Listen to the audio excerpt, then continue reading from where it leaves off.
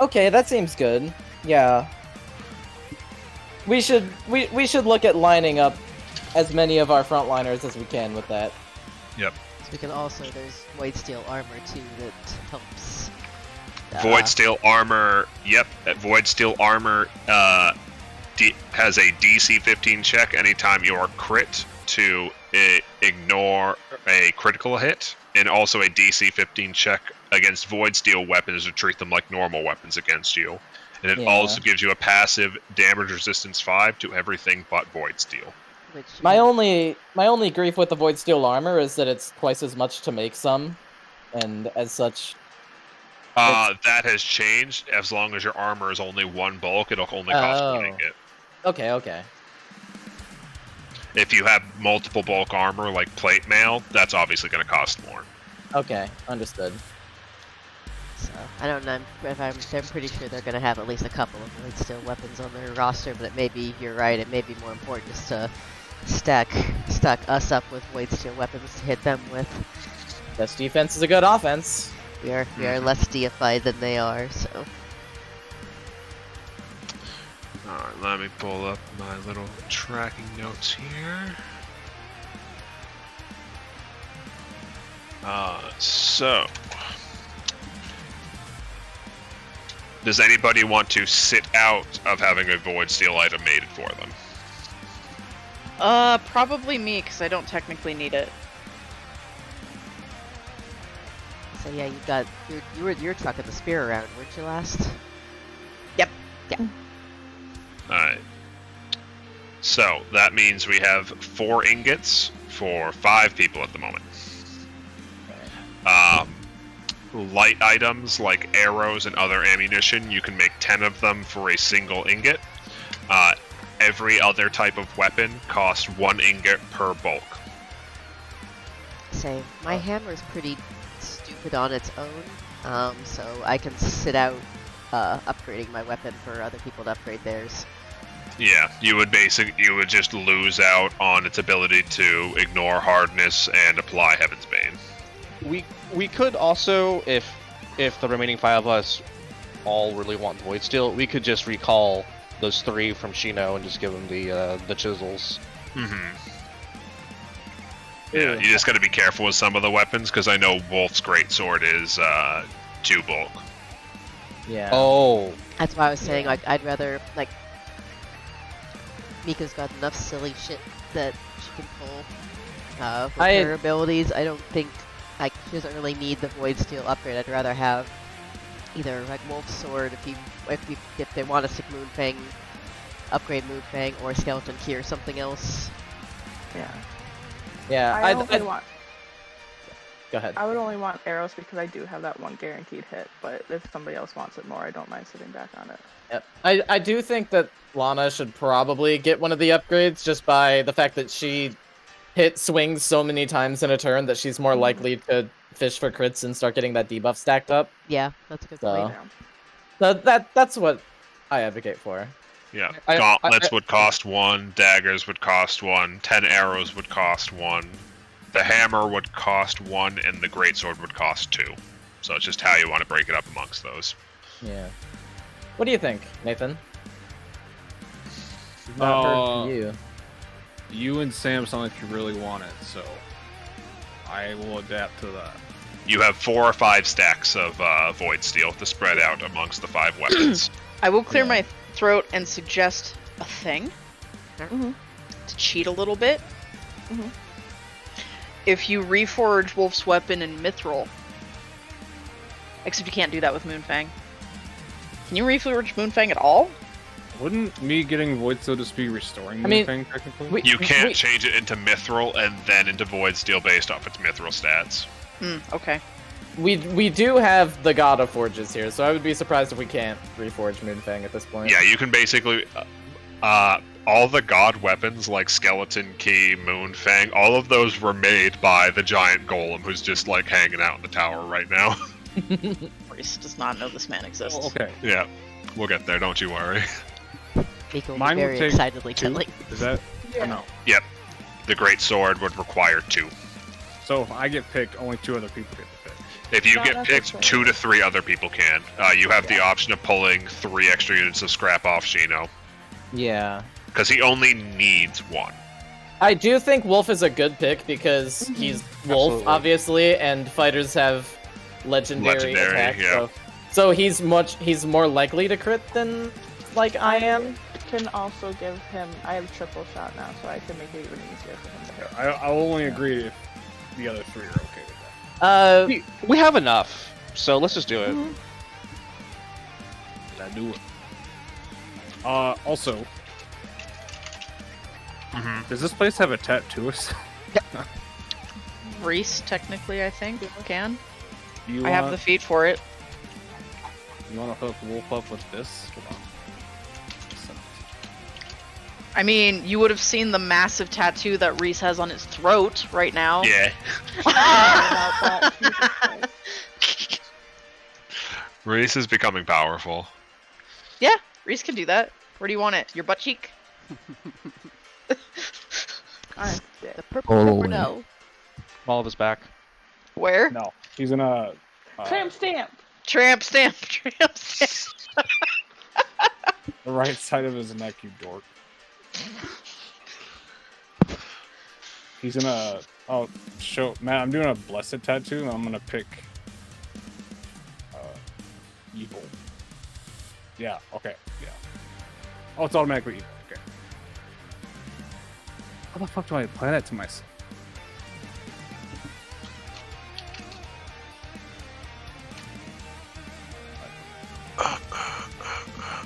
Do I have to... I might have to buy the formula first. Wolf. You'd have access to all that bullshit in the observatory. Oh, okay. Matt's like, fuck it. We're just gonna ball our way through this here, might as well. Yeah, Reese can do it. It'd cost you like 2 gold to get a fucking photocopy of the Blessed Tattoo replica at this point.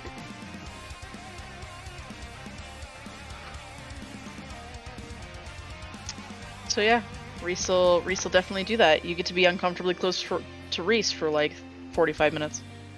Lovely. Alright. So, we still have 2 to 3 Void Steel units if we're giving Wolf his greatsword. Yeah, my argument for Lana getting one still remains the same.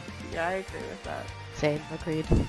Yeah, I say we just pull back the 3 Void Steel units from Shino, make that into an ingot so that Tomas and Reeves can both get theirs. So, Yeah, that seems fair. final plan. Reese has agreed to sit out, Mika has agreed to sit out, Wolf's Moonfang is getting upgraded, Lana's Silver Steel Gauntlets are getting upgraded, Reeves' Skeleton Key is getting upgraded, and Tomas is getting 10 Void Steel Arrows. Yeah. Perfect to me. How would I go about getting one of those enchanted, and how enchanted can I make it? Well, you can talk to the God of Magic and the God of Forging, and they will forge some fucking runes into that arrow. What do you want to forge into it? I haven't figured out yet. I wanted to know, because normally I can only get 9th level spells. Can I go up to a 9th level one? You can go up to 9th level, correct. Okay. Implosion. I know, I'm looking at Implosion because that's been like my best friend lately, but I don't know if there's anything that would be better. I think Mika's upgraded everything. Like, I've found everything that she'd want to buy and or upgrade, so she's got some spare cash to help throw. 9th level fireball. AoEs God. are less effective because it doesn't actually AoE when it's a. Oh. Yeah, when it's Well, AoE, I mean, I'm willing to bend the rules a bit, because you have the God of Smithing and the God of Magic, and this is like an antimatter arrow, so... That's fair. That's like, eh. It helps. I don't look at spells ever. This is literally the session of Matt just being like, yeah, get what you want. Yeah, basically. Fuck it. Treat yourself. I gotta be nice before I be mean, so... It's been a while since you guys experienced me with this energy. When you're at the end of the campaign, you're like, I don't care if you break my world, fuck it. On that note, Matt, I'm gonna buy something else. This is Hell like the yeah. vacation lap. I'm just upgrading my Iron Man's athleticism. So 9th level, huh? Sam, Yeah. hold on, let me send you something real quick. Okay. Because I have an idea. Okay. It isn't necessarily a spell, but I think you might appreciate it. Okay. I know this is going to be really hard as a choice, but would you be fine with Matt's about to send you something spicy. Matt's about to send me something that will really let me kill Zyron. It'll make me happy. What is this?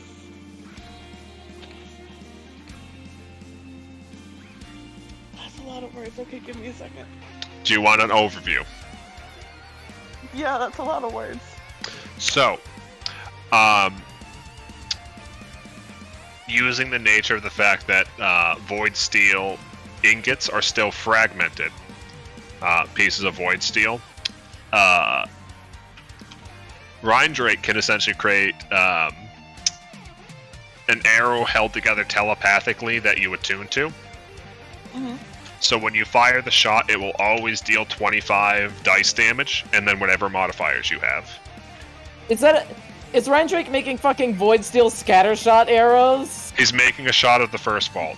Wait, what does 25 dice damage mean?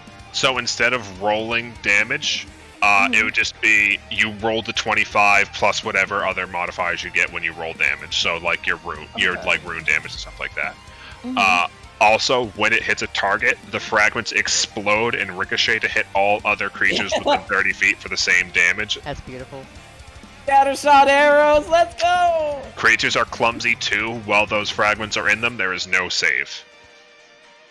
They can only spend 3 actions total over any number of turns to remove the fragments from themselves or another creature.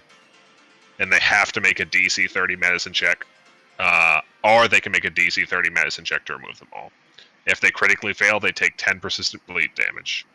After you fire the shot, you can just hold your hand out, and as an action, recall the arrow, and it reforms into your hand by violently ripping itself out of anything that you shot into, dealing 15 persistent bleed damage to each person.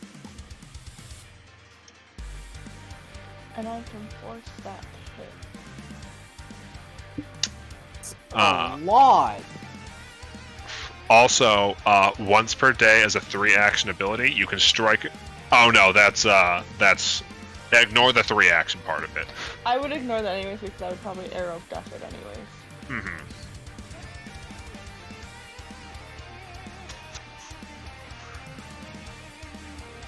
So yeah, I think that'll be fun. What's the clumsy thing mean?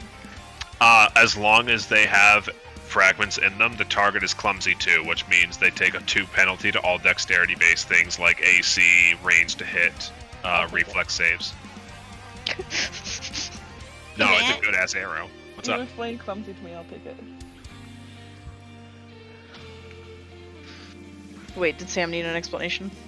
Mm-mm. Oh, okay. No, I'm saying he did explain it. Okay. Hey Matt, Yeah? how does polymorph work? Pathfinder 2e? How so? What level of creatures can you change into? The spell polymorph? Well, I'm looking at the spell Shape Change, actually. Which is a 9th level spell.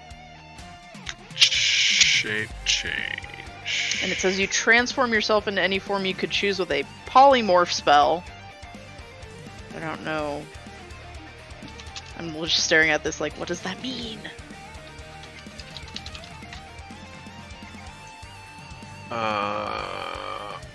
Hold on. I'm trying to find the actual spell.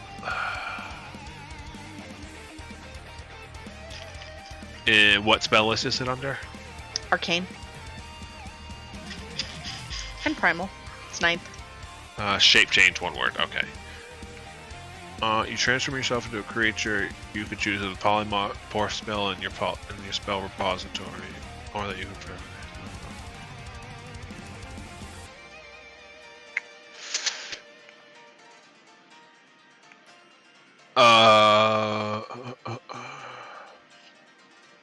Yeah, it's a little vague. You basically pick another polymorph spell you could use, and you're able to cycle between the options of that polymorph spell for the duration of it.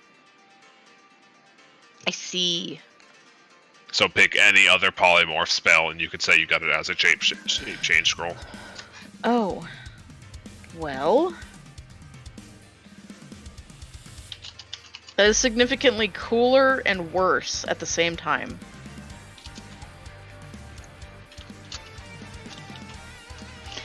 Thank you, that's all I needed. No problem.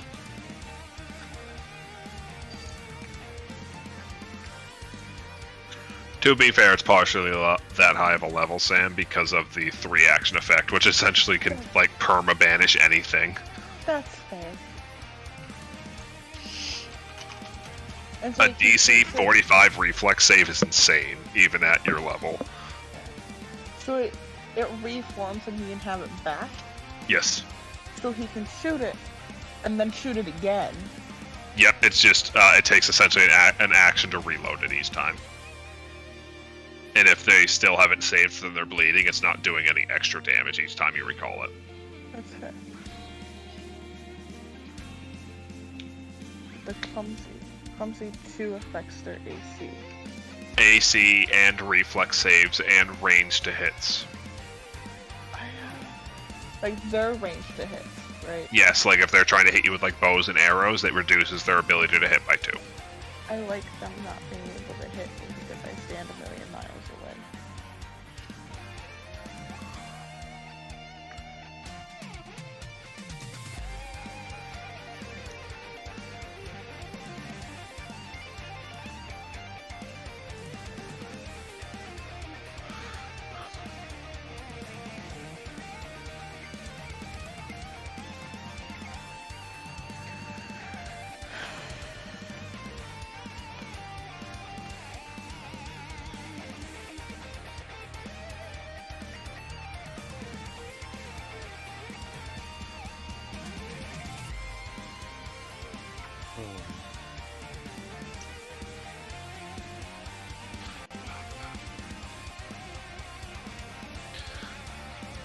Alright. Also, let me look this up real quick.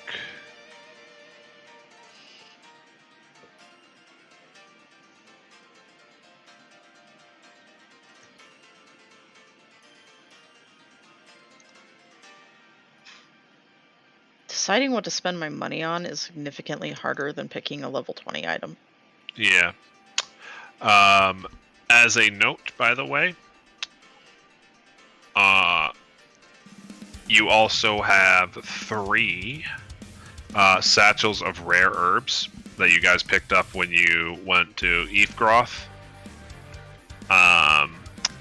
You can use each one of those satchels to make 2 healing potion majors. Oh. Ooh. I would like to hold on to 2 of those, please. Yeah, Lana basically doesn't give a shit about healing resources anymore. Reese is the potion hoarder. Reese has like 15 potions. So what do I He rattles when he walks. Oh, yeah, let me make a material type for that. One sec. So, Mika's got her usual 3 graders she'll chuck around, but I think she just bought a few different little, like, baubles and potions to hang on to. So, Trinkets that are useful. truth. Is there any objection to Reese getting 2 majors? Tomas would hand his over to Reese so fucking fast, like you're the one that picks me up anyways, it's fine. Here's my potion for when I fucking get my ass clapped again. Yeah, thanks. So babe. Love you. does Reese have 3 or just 2? 2? Major. It would be 2. Okay. Because you have 1 per person, essentially, and then Tomas handed you his. I'm also gonna subtract 5,000 gold from my inventory, and Lana is just gonna hand another major healing potion to Tomas and be like, here you go, just to replace the ones that you lost to Reese. Always good to have one on you. Well, thanks. Then he'll look at Lana and be like, Yeah. "We hold on to it for if Maya goes down." Tomas. He doesn't like Maybe holding reach things. her. Buy Tomas anything is for the worst Maya. at holding things. When those 2 go shopping, Reese holds the bags. Kit Maya out like a Saint Bernard. Lana will just kind of like wiggle her fingers and be like, I got other tricks for if Maya goes down. Don't you worry about me. I'm beyond potions. So you're saying you'll heal my cat if she goes down for me? Yeah, Okay. I'll take care of it. Don't you worry about a thing. Thanks, Lana. And he'll pocket the potion after that.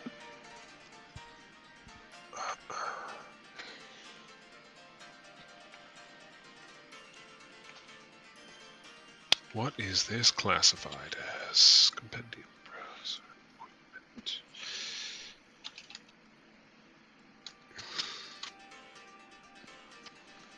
It's 1S. What's this equipment?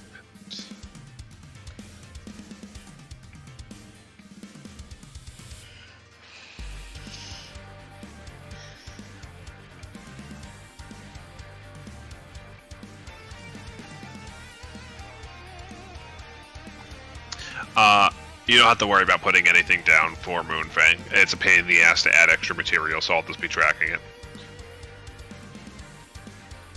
But, any of the weapons that you guys have that you replace the, that you have reforged are now that normal void steel. Like, it just looks like an abyss of infinite blackness. Lana just kind of like stares at the palms of her hand for a little bit. Yeah, that's real uncomfy. It's just like, I can't even. Can anyone else see my hands? Reebs. Oh, go ahead. You go ahead first. Okay. While Lana is looking at her hands, Reebs is looking at himself in the mirror and is just looking at the new blade and just looking back up at his forehead and just like, do I? It's a good thing you got the fucking up out of the way before it was a void steel weapon. So meanwhile, Tomas is looking at the arrows, looking at his quiver, like, is this gonna put a hole in my quiver? It's okay, they have some extra from the making the arrowheads. They make a little bottom catch plate for it. Oh, thanks, man. He, like, digs his hand down, sifts through all, like, the poison shit that's still at the bottom, puts the plate down. Yeah.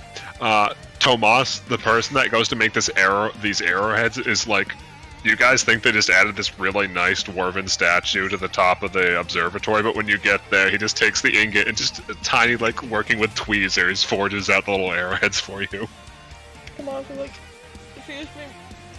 I know I don't pay attention very much, but have you been here the entire time? No, I arrived just recently. He's being modest. He's been here for 5 weeks. Just the grinding of stone as the head rotates to look at you, Reebs. Why would you lie? Because it's funny. Huh. But who are you? I am Rhindrake. Matt, does Tomas know where he got his thing from? Where it originally was? Is what from? The divinity he's got now? Weren't we just discussing that on the last mission? Roll me a religion check. But does Tomas know? I know! Well, I thought they discussed it in character because they found a thing of Rhindrake's, like one of the, like his sigil was on it.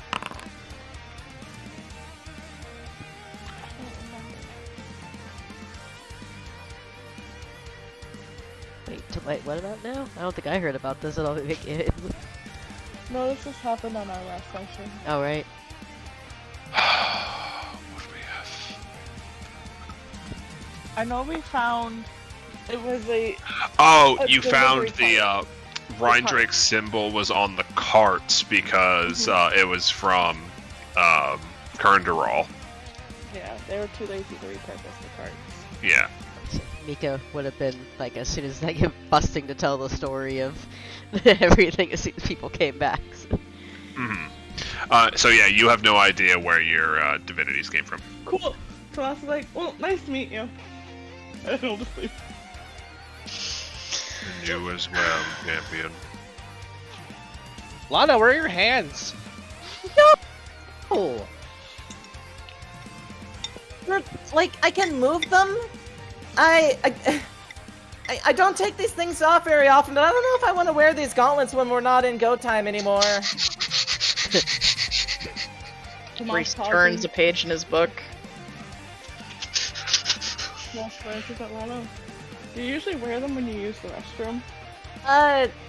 Is that weird? No, but I don't think you should do that now. No, I agree. I mean, it's kind of cool. Like, Like, look, if I wave my hand really fast, it looks like there's like this like trail of like light following it around. It just Oh, looks that's like weird. Lana's raving around like glow stick gloves, but like the Yeah. opposite of a glow stick. You can throw a part like this would actually be really cool at a party. Lana, have you ever been to a party? I mean, yeah. Remember all the way back when like we were still small and we had like that citywide rager and Aliva Alari. Didn't you guys go to like a merchant ball or something? Fairly We recently? did. Yeah. That's right. I forgot about that one. It's a working party, but Okay, but tell me, did you take drugs at any of those parties? No, those. Then you Those haven't really kind of- been to a party. We'll fix that later. It's I fine. don't know that I agree. I'm not really big on the whole psychedelic thing. Oh, they don't have to be Any- psychedelic, Lana. Anything that impairs the mind and weakens your judgment is pretty much mind poison. Technically, point of the healing party. potions are drugs. That's Turns not page of book. true. It is. Well, they have pharmaceutical properties, but yeah, they're drugs. I mean, they have. Yeah. Things. One might even say recreational drugs. Why would anybody do that for fun? Called Why would doping. anyone do what we do for fun? We don't do it for fun. Oops. I'm having fun. That's like, I mean, it kept me from killing myself. I'd say that's pretty fun. Are you okay, buddy? Yeah, I am. No, Comparatively, I am. Thank you very much. you're better. Yeah. Proud of you, Tomas. Lana, didn't you get me high while healing me once? Wait, I did? Yeah, there's that incense thing of yours. Huh? In that fucking mansion. Well, that stuff is strictly for healing wounds. What are you and talking you've about? never tried it yourself? I mean, I'll burn off a little bit just for like minor like wounds here and there, but like that's You've been a secret druggie this entire time, Lana. what? Wow, Lana, that's wild. No, Reese I is knew- nodding I- while I- reading. how did this happen? I knew you had it in you. Somebody help! No one can help you here, Lana.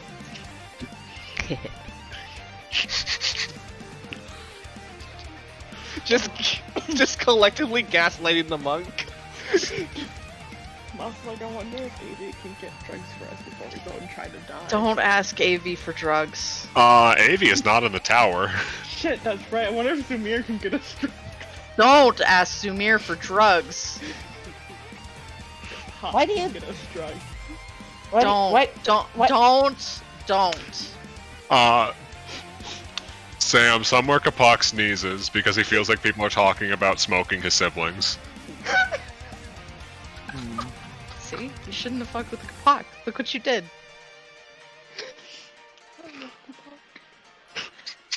Yeah. I still need to finish. I need to level him.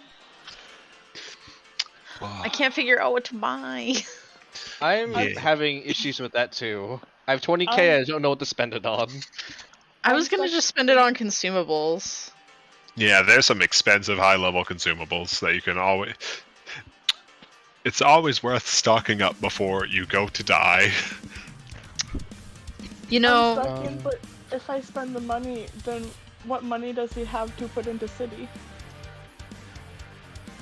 Are there any materials I can upgrade my leather armor to make it better? Or Materials. Where are those? Here we go.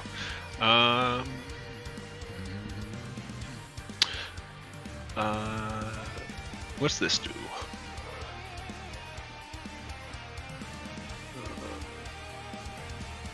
What's this do?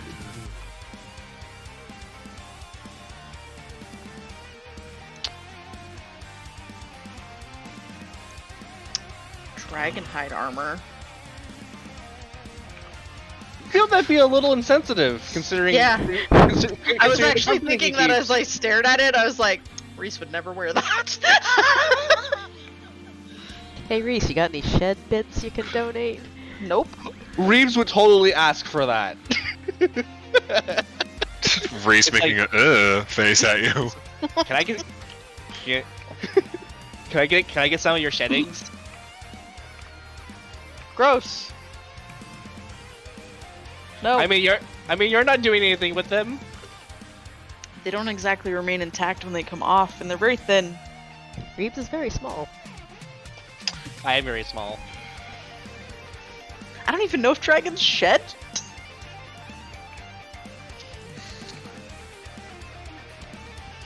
Well, She's just over here like, I've never shed. I don't know why I'm saying gross. maybe it just takes a really long time for you to go between coats. Maybe. Maybe you're still just a growing boy. Hmm.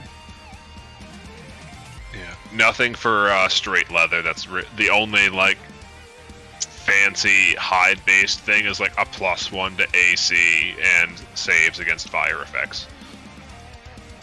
And then dragon hide armor, which, as we discussed, is awkward. I mean, I suppose there's different like weird magical armor. Yeah, there's the specific armors. Specific magic armor. Just get a rebounding breastplate. Oh God. It's only 70,000. Only. What does that do? Because I might swap out my winged for this if you would ever allow it. I probably wouldn't be able to wear this anyway. It's a breastplate that requires at least 14 strength, I think. 14 or 16. So nope. Okay, fuck this. I'm just gonna get spell scrolls. Not 10th level ones, because they're expensive.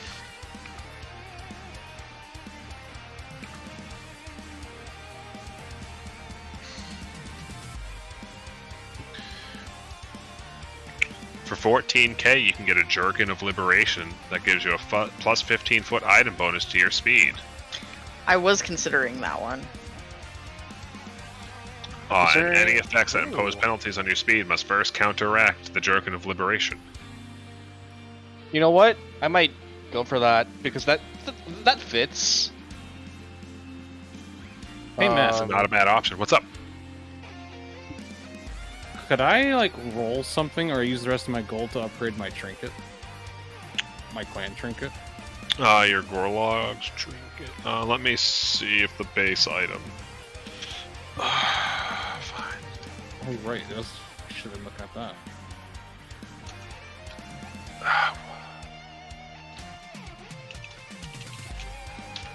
Golden Nation Barlet.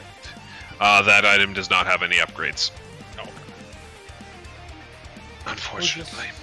It was just kids. Massacre is such a metal spell. Yeah, it is. Holy fuck. Matt, What's up?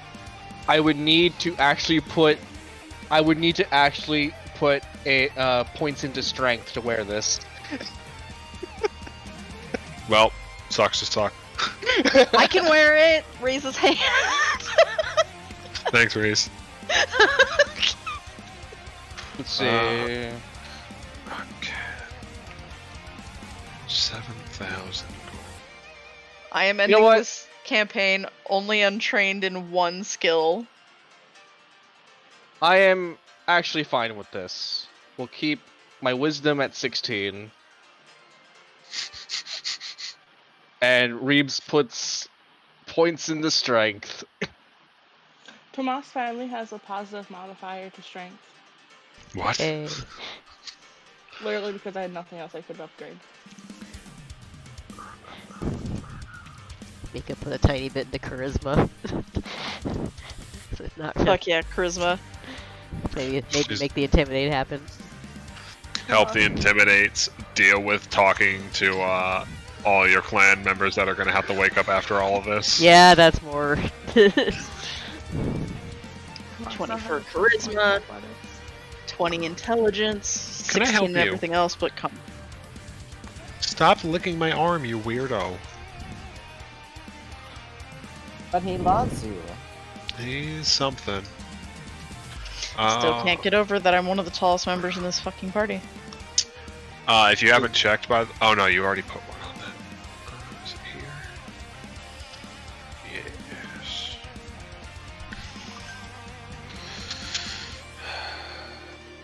Do I just transfer all the runes over to Yeah. it?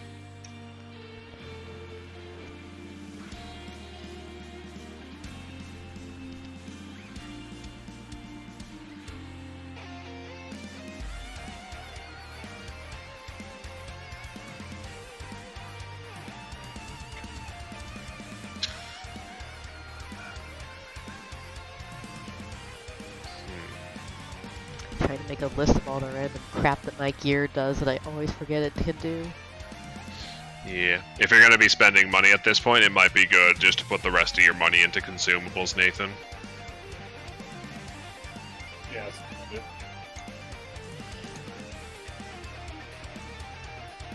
That's probably what I should do too, huh?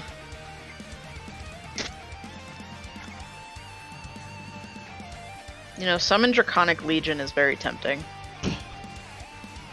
Who knows, you might get the option to just do that.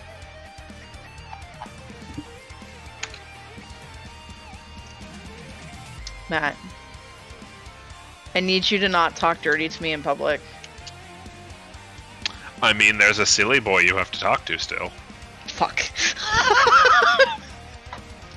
It won't let me equip this. Oh, wait. There we go.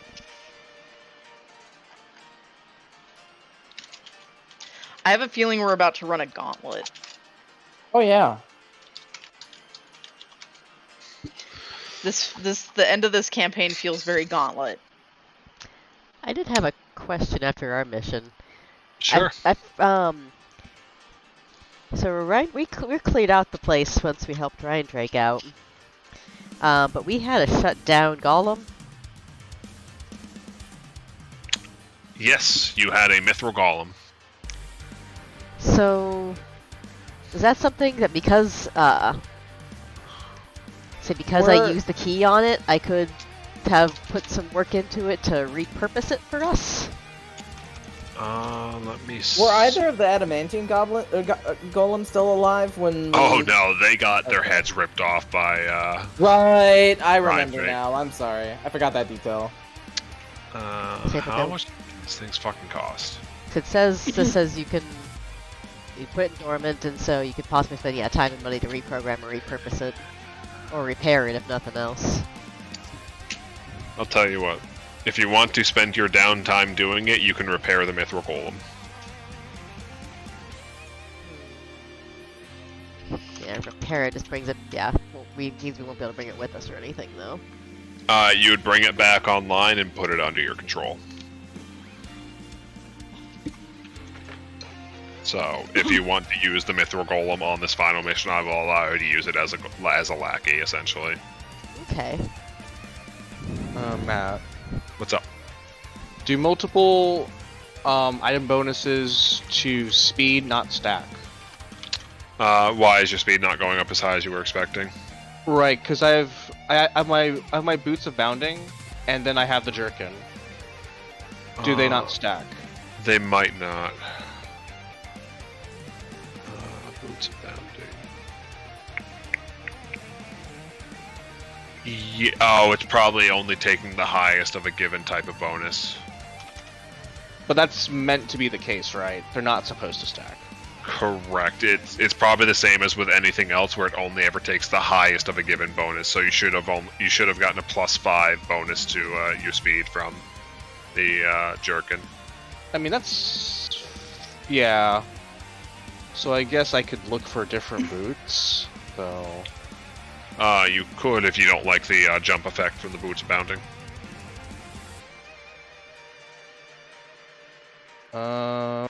My armor's winged anyway, so... Oh, right. yeah. If Theoden and Ryan Drake are able to handle all the different forging and upgrades and stuff that we're doing here this last couple weeks, then then we could put a work into making the golem something we can bring along. Yep, that is absolutely something they can manage. Man, I have a question. Sure. I'm trying to look at spell strike ammunition's description. It didn't say it, but when I put an AoV spell onto an arrow, it effectively just only affects the person I hit, right? Correct. So if I put Meteor Swarm on an arrow, It would only hit the one person. but I could do 6d10 and 14d6 to that one person. In theory, yes. Okay. But over here, like, Isn't Meteor Swarm level 10? 9. It's 9. Oh. Yeah. But over here, like, Sam, Had you it- don't need 30,000 gold to help your city. You don't. Because a gold in this culture is like, I don't know, $20. Also, you act like you're not gonna get, like, post-game loot for saving the world. Yeah. That's fucking fair. But Tomas is like, but I need it. Tomas hoarding his elixirs as they're heading into the final boss of, but what if I need it later? Tomas hoards more than me, basically. Yes. Tomas still has his favor and the revival flower, so... Listen, what if he needs it? I mean, he hasn't actually needed the revival flower yet, so I can't bully him for that. But I will anyway. He technically hasn't needed the favor. Alright.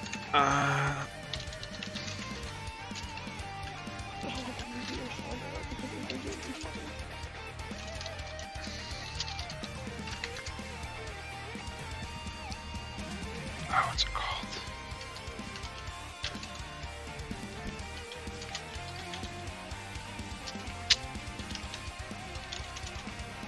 I don't know what to do with my money. Being a caster is hard. Yeah. Potions and things, I don't know. Extra scrolls. Random consumable trinkets. The problem is I'm over max for invested items. Yeah, consumables aren't invested or anything. No, but there's not a lot of good consumables for casters. Hmm.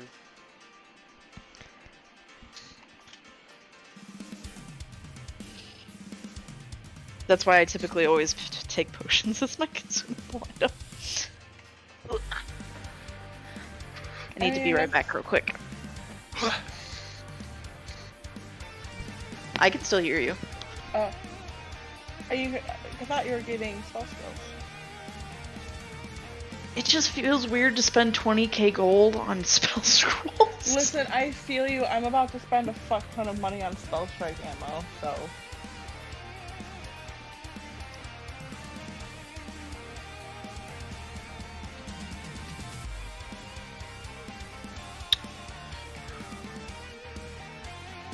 But I think it would be funny to shoot a meteor swarm at just so. Just so. Oh, important notes for you, Mika, now that you have revived the Mithril Golem. Yeah. While looking into it to make sure you fixed this thing right, because it's essentially a liquid metal golem. The magic sustaining it is horrifically vulnerable to cold and water-based magics. Any transmutation magic applied against it will heal it, and it is slowed by electricity magics. Okay, so slowed by electric, vulnerable to cold and water. Yep, and healed by transmutation. Do we still have that uranium? Huh? Do we still have that uranium? Yes. Transmutation. What is that equate to in materials? What is it called? It's a specific material called... Is it no qual? No, that's magic resistance. Bricks.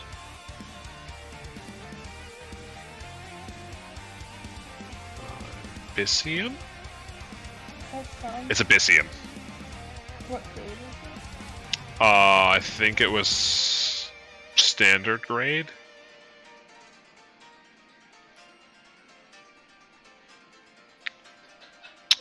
They deal 1d4 poison damage on strike, but Sicken won the target on a critical hit. Let's see. If I'm figuring out some of that, Miko would definitely be coming and poking around Reese. Like, how do I... There, how does healing with transmutation work?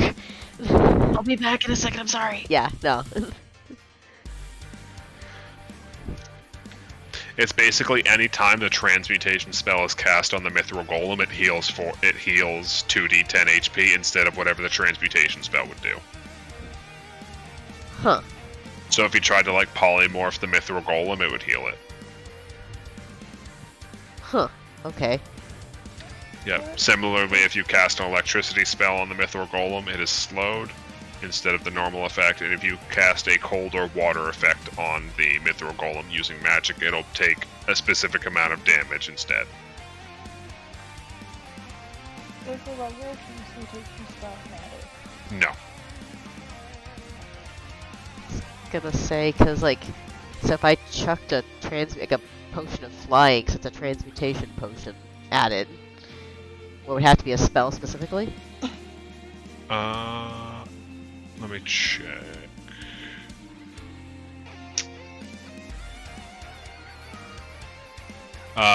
Spell or magical effect. So a potion I think would count. It's not like it What would if I- drink it, but it could absorb it, maybe. I'm not sure how this would work. Yeah, the magic from the potion would be absorbed into it. But what about blunt arrows that have magic in them? They don't hurt the golem. I mean, you could do that if you wanted to spend enough money. Mika's got plenty of spare cash for this too, so it's like if she figures out that, like, alright, I need to buy all these things to repair it. Because Tomas would be more than willing. I'm more than willing to spend the money on like low level like spell strike ammo to be able to kill if I need to like help it. Yeah. Every time it's hit by a transmutation spell, it heals 2d10 HP. Since you guys have access to it, you can just see its stat block if you ever want to look at it.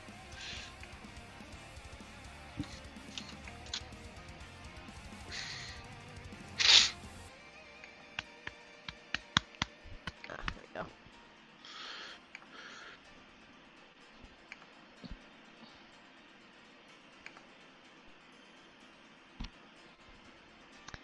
And it can keep up with pretty much anybody in the party except Lana.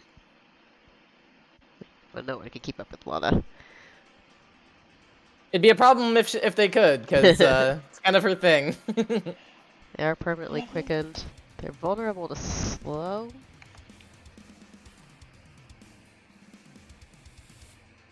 Yep. So slow is a transmutation spell, but instead of healing it, it would actually slow them. Well, What's up? so a transmutation spell heals it instead Correct. of doing damage, but like if it's something like slow, it will still slow it. Correct. So what if it was like Ant Hall, which apparently reinforces the target's musculoskeletal system to bear more weight? Doesn't have a skeletal system. It's Terminator 2 and things goo. Let me read. Ugh. It could gooify a skeletal system if it really wants to.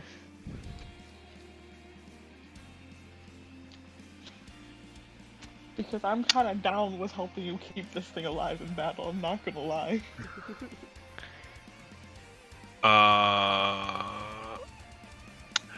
So, if it's a transmutation spell that deals damage, they gain half the damage they would have taken as HP instead. Or if they start their turn in an AoE of that type of magic, they will gain 2d10 passively. Okay, so I have to find a You want a damaging damaging spell. transmutation spell. Okay. And the higher the level, the more it'll heal. So, I just had a moment of, is lock a transmutation? It is not. lock does not deal damage. I know, but I was just curious because I still have those arrows.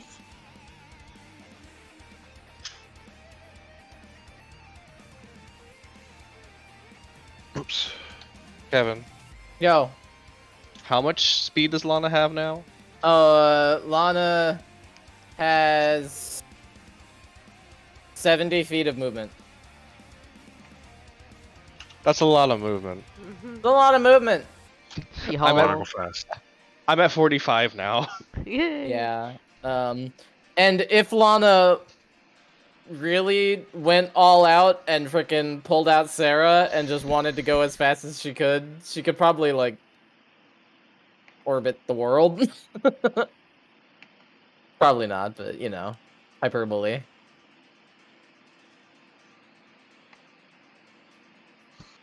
Holy shit! I caught up to Reeves in movement. Wait, Wolf has 45 feet of movement? I have 40. How? Wow, that's those new- awesome. Those new boots, baby. You got Holy new shit. boots! I Yeah! love that for you, actually. Wolf is gonna get in people's grills. So, funny thing about the Hell Knight class is Hell Knights is one of the fastest way to be a plate user because they ignore the 5-foot penalty you can get from Aw. heavy armor. I love that for you. I want to see Wolf fucking Noom into people's faces. Poor Mika. Like, tunnel.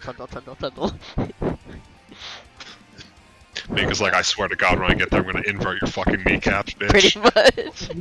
Can I throw Mika yet? I'm sure Can you I- probably have been able to. I see we tossing Lana Wolf like now? running like cardio things and like singing Jodi's and being like, I don't know what I was told, but Sorry, I'm back. Eber's gonna get dethroned. First, I had to go to the bathroom, Doing and then my cardio. coworkers pinged me because they needed to go home early, and I was like, okay. Ugh. Wait, What? that What? means. Oh, go ahead, sorry. I didn't catch that. What? Oh, that's technically monitoring work right now also. Oh, I gotcha. Not no more. They all went home. Oh. I was like, get Everybody the fuck out go of here. I kicked them all out. I was like, administrative leave. You. Goodbye. Stop blowing up my DMs. Are people still chugging along on prep stuff? I'm sorry. Question. No, it is perfectly fine. This is what I the session's for. I'm pretty much good. Question. I'm thinking of getting that jerkin. The go fast jerkin. Mm-hmm. At the end of the campaign, everybody just has a fucking minimum, like, 40-foot movement speed. Fuck it. Matt. Yeah. So if I'm selling my boots, do I get like how much You money get the do I full back? amount back. Okay, so I'm gonna get I'm gonna get myself a pair of Daredevil boots greater. Yeah, cool. You can do a sick backflip. Would we be able to move all of our runes over to the special Yeah. armor? First, let me see if I benefit from it. Yeah, I'm not gonna be a stickler about, like, the costs of moving runes and shit over right now, because it's the end of the campaign and you have literally the guys that invented smithing and magic chilling within, like, a 50-foot reach of each other. And they're Like- particularly interested in making sure that your enemies are dead. Like we walk up to Nara and it's like, so this thing that used to take us a month, and she just like flicks her wrist and it's done. She's like, thanks. Would I be able to ask Nara to enchant some of the other Void Steel arrows, or just the one? Not with that effect, but if you want to, if you Put want to spells. quote unquote buy a spell strike arrow, you can use the Void Steel ones as Hey, conduit. Wolf! I love you. Hey, Wolf! Hello. I'm faster than you.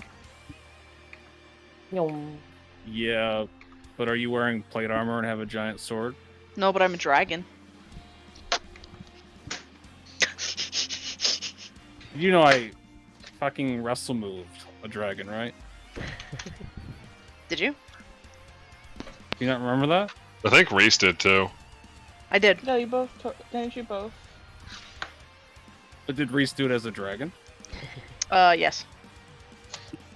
I'm not a dragon. I'm a one You have man like 24 fucking strength. army. Shut the fuck up.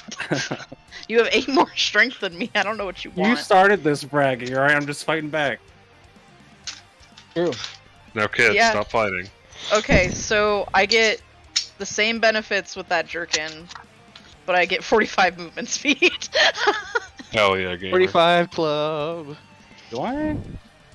Reese needs it so he can run. Okay, are there any boots better Oh, than you the do it. boots of speed that might give Mika a couple a little bit faster? Are you on greater boots of speed? I don't think I realized they did that. I think they might have an upgrade. Looking here. On page over here. Well, I'm down to only 4,000 gold. Still at 23. Doesn't look like it, no. They don't seem to have an upgrade. How much do boots of speed give you? +5. If it's only +5 movement, greater boots of bounding give you more movement. Oh, okay. They give you +10 total instead of +5. What are you? Oh, you're so sad. Tell these people how sad you are. Hey, Matt. Aw, baby. I love him. Oh, Ringo left me. What's up, Sam? Can I sell my Hellfire boots for some greater boots of bounding? Yeah, sure. I don't give a shit. We're all part of the Gotta Go Fast Club now. Mika's just Is trying to everyone fucking just get buying the into the boots battle. now? I think so, yeah, we're all I've got too much cash. Nara's gonna preemptively warn you, don't bother with a potion of quickness. Nara's got you. Sexy. That's funny. Mika bought one. Hey. Refund it. It's like 90 gold. Yeah. Alright, so greater boots of bounding, you said? Mm-hmm. Okay. Let's see if this buy item thing works. Hey, it actually worked.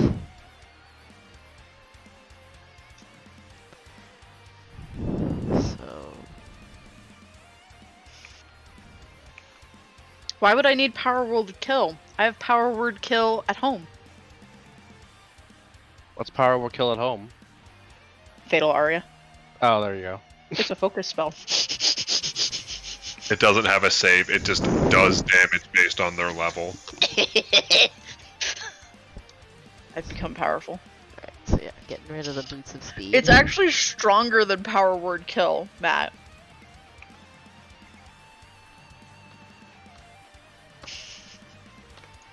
Because it affects higher levels than Power Word Kill does. Yeah. No, that's just fucking bonkers. I mean, it is a level 20 feature. Feat. They had to make it pretty fucking strong. Yeah, Hey, Isn't Power Word Kill like a 9th level spell? it is. Yeah. question. What's up? How many tattoos can you have? Or does it depend on your investment? How much skin do you have? It's Yeah, investment. It's investment. Reese, I want one more. Okay. Wolf spends the entire 2 weeks getting tattooed. There's no good worn items besides the ones I already have. Maybe he just That's likes fair. getting tattooed by Reese. Yes. Can you hook me up with Matt. this? What's up? Maybe he's a bisexual disaster. If Sure. Nara's down for it. I'm at 4 You- implosion void steel arrows and a meteor storm void steel. Nara just goes Lamau, sure. Fuck them. Leslie thanks Nara. Thanks, Mom. Would I be able to get a Dragon's Breath worm potion? Yeah. Oh my god. It'll be like his boyfriend. You just have to tell me you just have to mark what type it is on the potion. Yeah, he's gonna do blue because he's going to emulate the one dragon he really knows and likes. Gay. What do you want from him?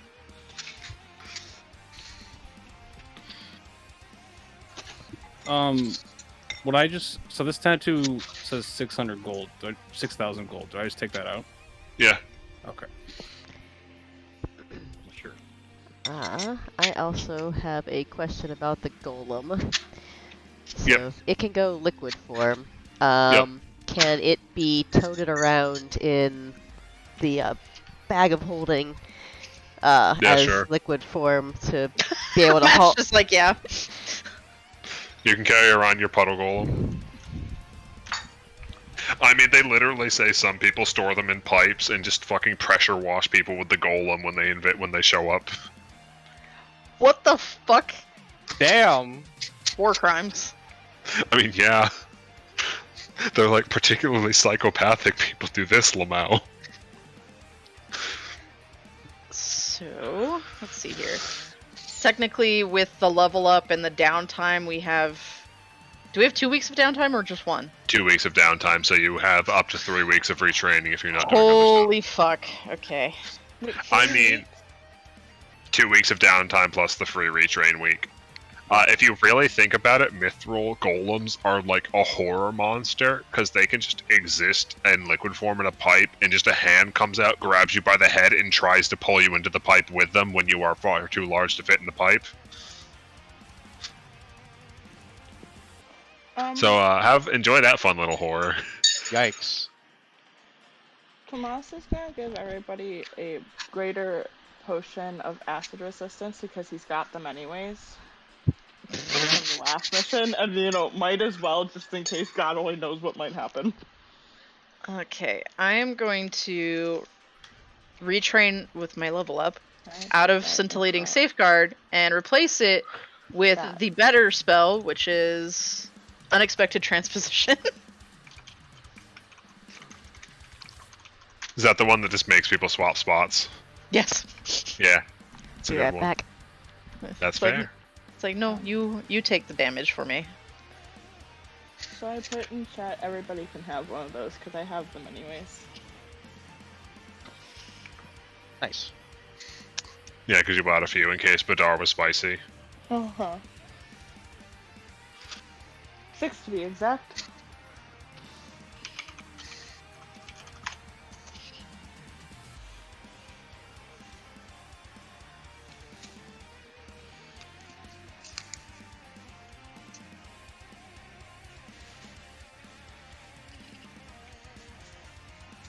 It was okay, but Art didn't vomit on them, so.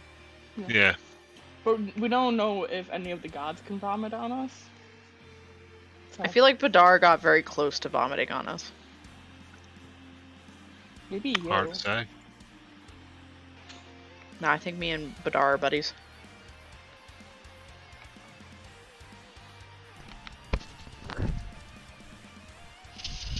Do I want to retrain anything else? Is there anything I don't use?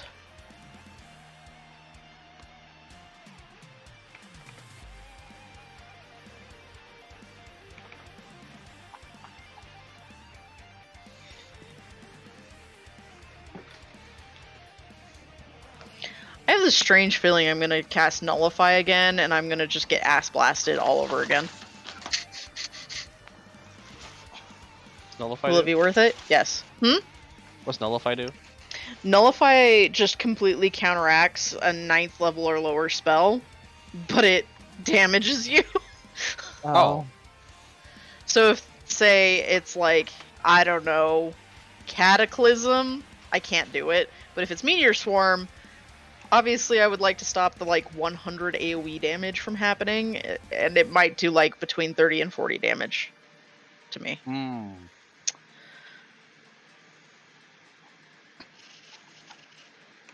Matt, Yeah. the Pox getting toughness last level technically. Hell yeah. Hi, Squeaky Boy! So he's at 368 HP. I thought you would like to know. Hell yeah. Does this mean I don't need haste anymore? Yeah, you do not need haste. Man, I don't want to train out of haste. I've had it so long. It's your emotional support haste. Yeah. But if Nara's gonna give us haste, I might as well train out of it and replace it with something else. Are you snickering at me? No, I'm laughing at Pop. Okay. Yeah, buddy. I was about to fight you. Stop.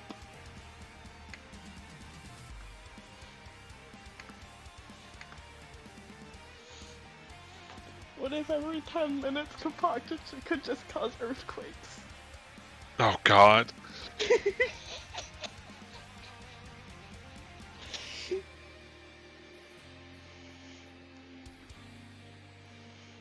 I'm sad no one took the boots of the dinosaur.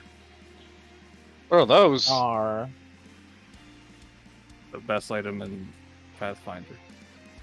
What did they do? Dinosaur things. Dinosaur things? They actually do dinosaur things.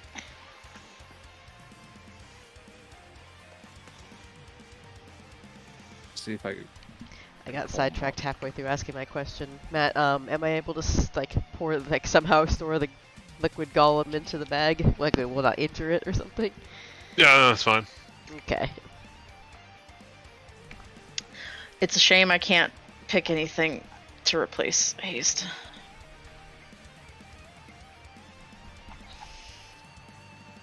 So, Sophie, Uh-huh. they have an effect called Enlarge. During Okay. that time, you gain dinosaur features. Your legs and feet transform into a dinosaur's. Okay. You gain a foot unarmed attack. Alright. Okay. The best boots in the game.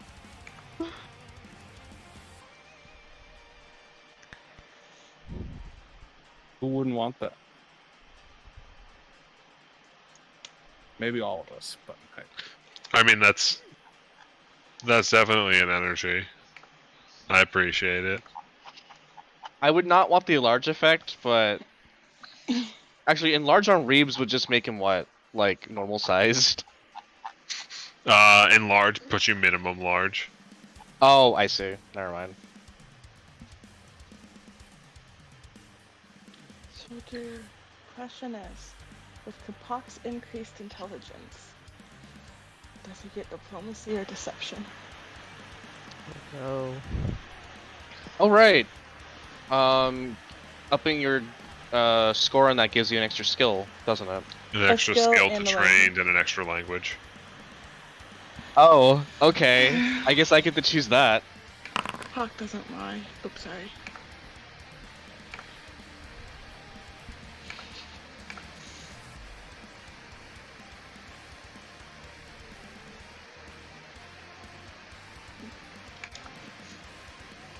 What am I untrained in? Literally the only thing I wasn't trained in was occultism. Congrats. I feel that. I think I'm only untrained at this point in survival. That's okay, that's what you got Tomas for. Yep. That's why you're dating a ranger, yeah. Tomas That's knows how not to steal why things. he's dating the ranger, but That's why he's dating the ranger. Dating I- the if you- ranger because the ranger's a twink. I have unified theory, which means I can just use Arcana for any and all magic related checks. Yeah, don't worry about it.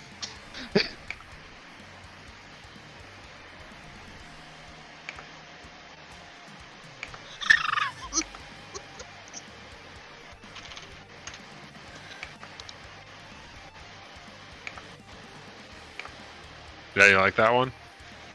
yeah. Matt, what the fuck? Hey, if I have to see it, so do you.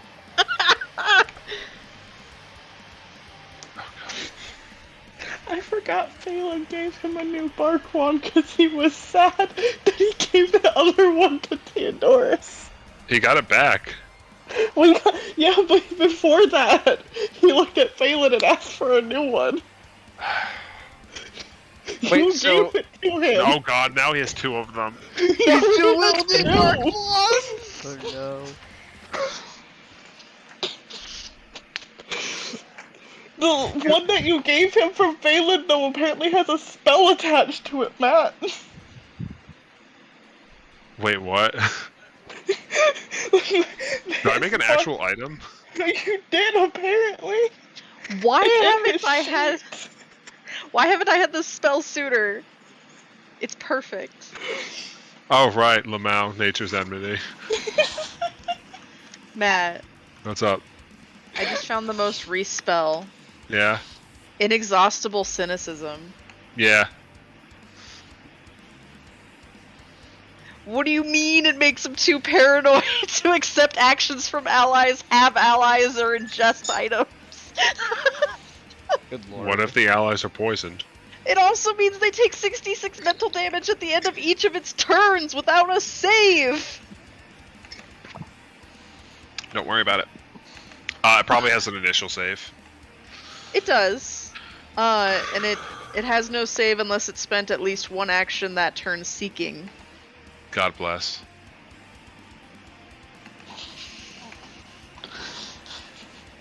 The success failure just determines how long it lasts. That's dumb.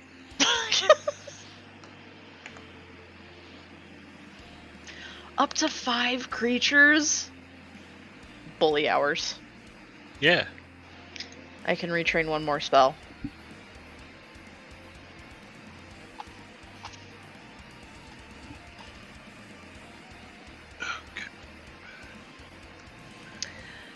I have a ring that casts message. I don't know why I still have message. What? In case you lose the ring. You got message before you got the ring, I'm pretty sure. You just hadn't bothered to replace it. Yeah, I just forgot to replace it. What's the other dipshit's name? There he is.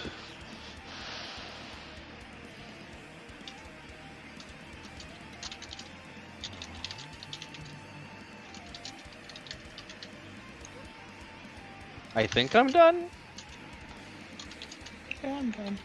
I just need one. I just need one more consumable.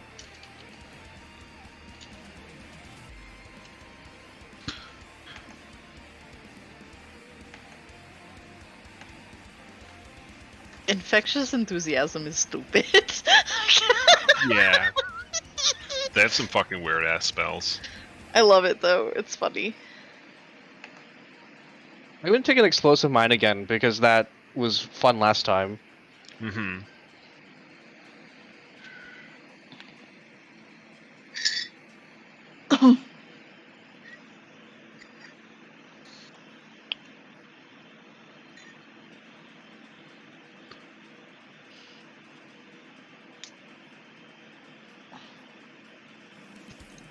I forgot you can only cast guidance on someone once. That's lame.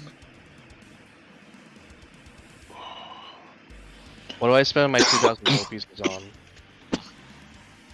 2,000 gold worth of scrap. Perfect. You joke. Or potions. I feel like that's basically all the scrap left in the world. I mean, it's just oatmeal. Yeah, but it's 3,000 gold's worth of it.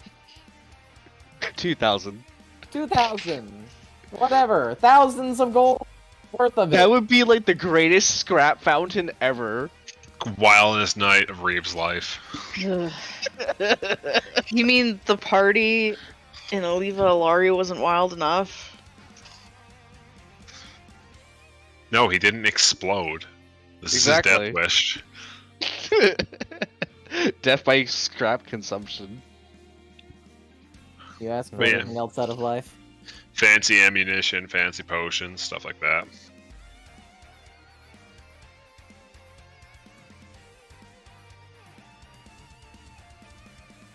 Sniper's bead major? What is this? Like for 500 gold, you can buy an explosive bolt. Well, we know what happened the last time you gave Reeves one of those. You could buy so many lock bolts. I I'm mean, done. you kind of want this city to be on fire, probably. I've completed everything. Are we burning the city down? Is that what we're I don't doing? know. Are you burning the city down? I don't know. Reese casts implosion on the city. I think the city's a little too big for one implosion. It's a single target. No, not really. City is a collection of buildings. Shh, no. Otherwise, you'd be able to cast Implosion on the universe and undo fucking the Big Bang. Yes. Now we're thinking. Only if it fails to save. That's fair. Wow. None The of us can universe's make that DC save. is way too high. Yeah. A city's DC is like 200.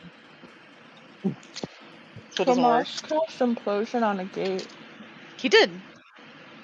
It was It's a a singular single object. target. Yeah.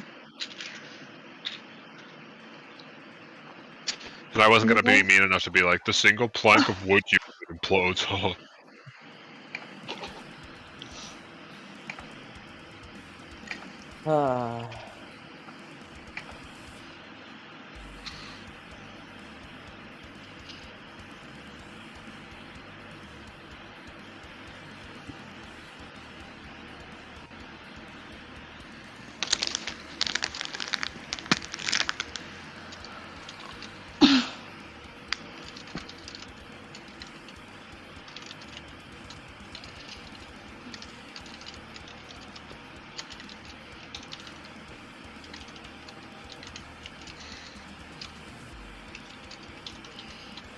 Oh my god, there's a wanted bullet.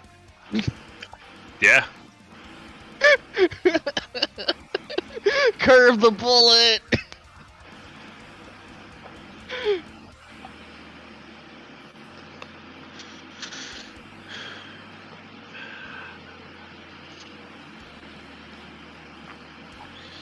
Alright, let me get to the top of this list as we prepare.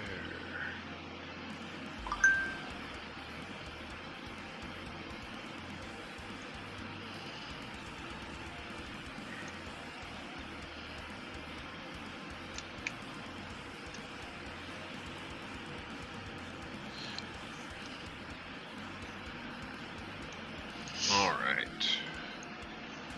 Who is still ongoing? I'm basically done. Anybody else? Good. Kevin's done. All done. We could just call it a break, and then when people get done, they can click it. I do not have that. Oh, okay. I'm the one with the fancy break module. It's a cute Yeah. module. It is cute.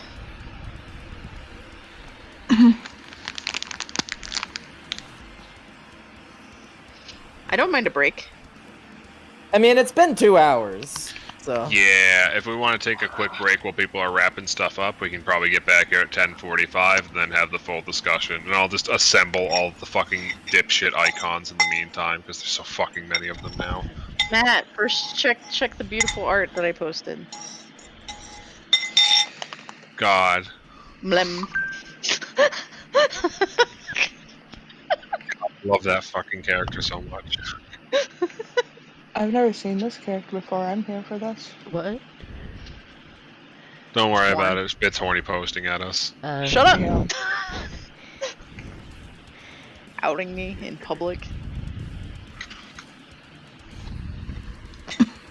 That third image, the first one and the third image, is adorable, and I love his goofy face.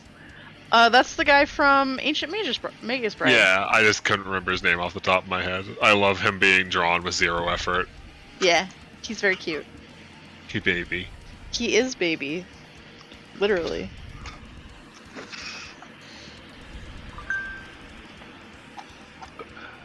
Just a little tiny goat man. Silly little lad. Goat A man. little guy.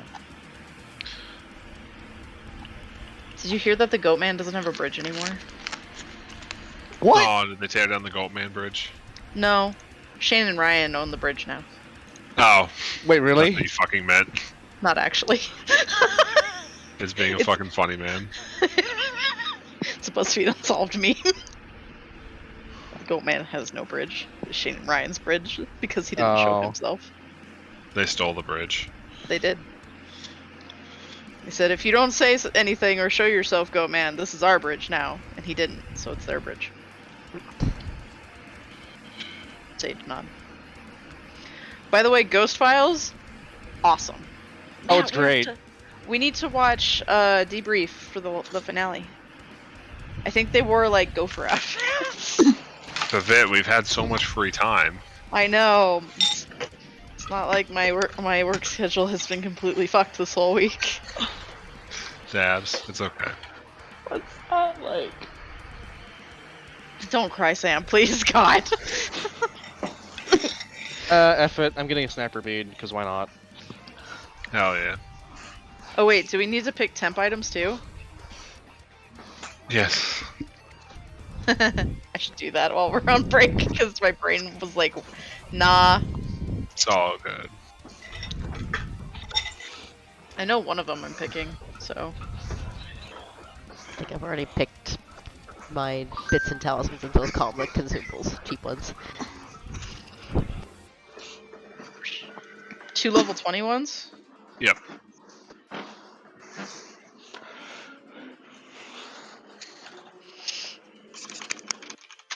I'm gonna try and remember I have this time.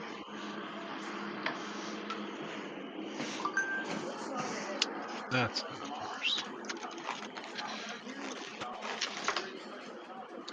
Where did I put the boyfriend? Oh, there he is.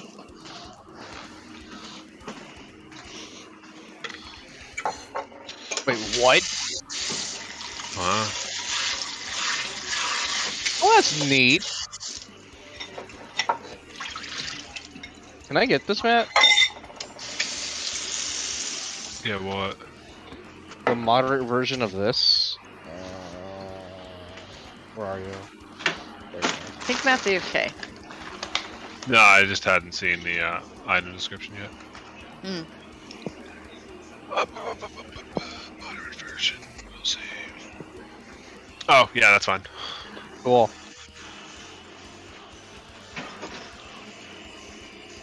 Okay, I think that's everyone. I love the concept of this rock.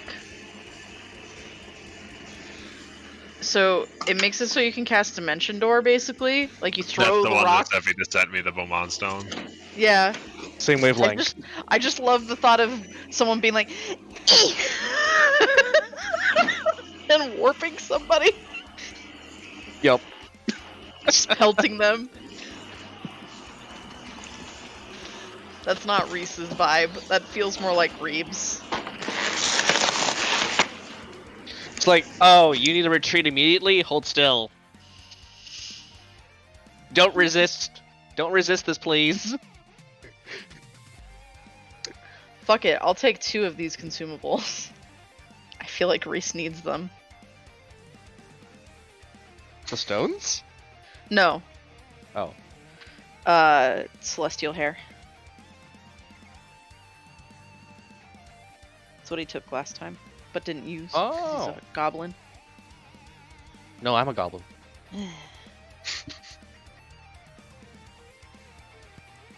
About to be a goblin in a grave.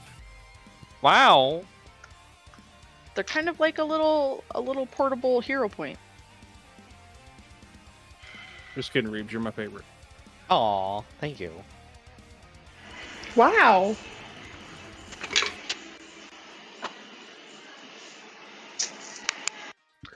God, What do the you full mean? dipshit brigade Wow. has finally assembled. There's so fucking many NPCs.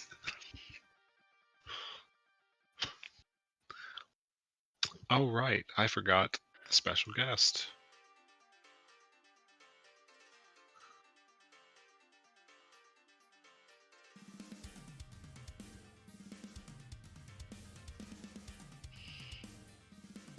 Is it my uncle? No, No. For a your second, I was uncle's like, still in what the hell's it called, Cosbury, is he? with the rest of the Millstone folks. Yeah, there's an update about Cosbury. Uh-oh. How dare you try to is he my uncle out of existence? No, that's me being sussy at the DM.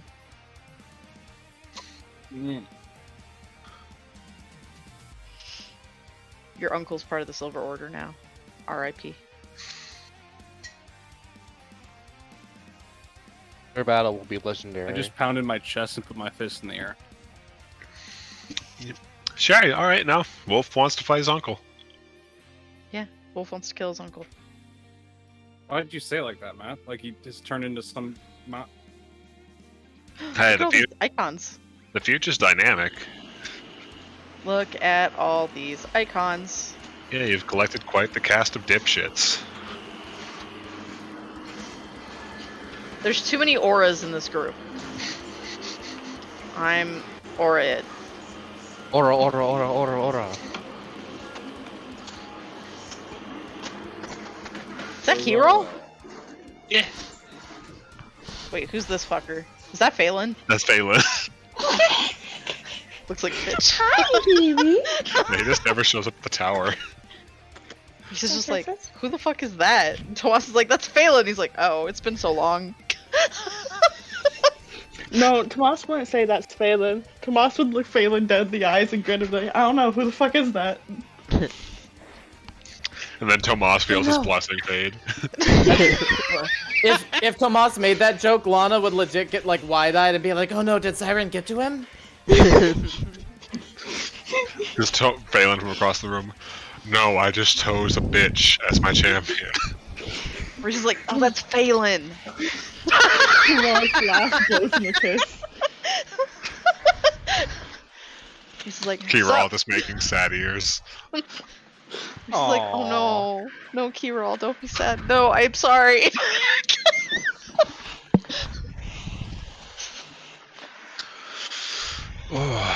Okay.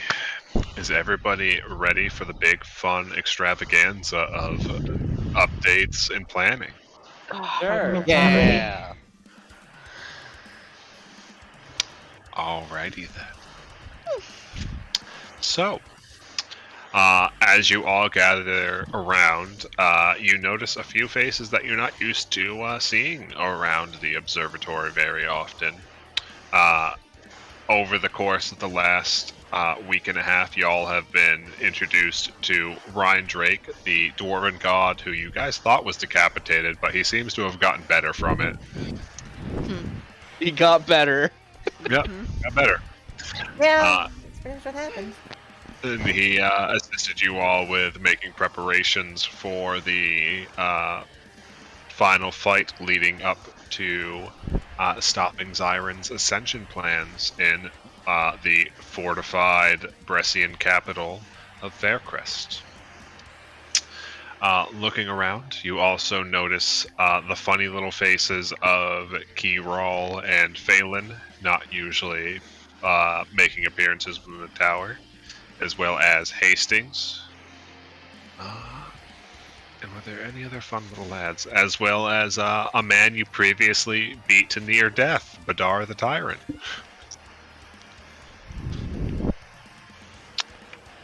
I think that should be all of them, unless I'm forgetting any of the silly little lads. Yeah, I think that's everybody that would have showed up for now. Oh, sorry, there is one other boy here. I forgot he followed them around like a lost puppy. There we go. Hi, Dorsat. Yeah. That's my other brother. No. So far, the only one you haven't seen is Tala, and that's not terribly surprising, since Tala's whole image was, I don't fucking give a shit. But we'll see if that stays the case. As a note, I will be opening up a set of RP sessions if people want to talk to characters, make deals, make plans, or just have a good get-together before the final mission kicks off. Perfect. But I'm gonna cry. what? No. Why would you be sad? Shut the fuck up, man. Woo-woo. So, I'm gonna bully the fuck out of you on Saturday. I know you are. I'm gonna bully the fuck out of me too. But Nara is going to call everybody into attendance as you are all making idle chatter amongst themselves. Reese, minor note for you.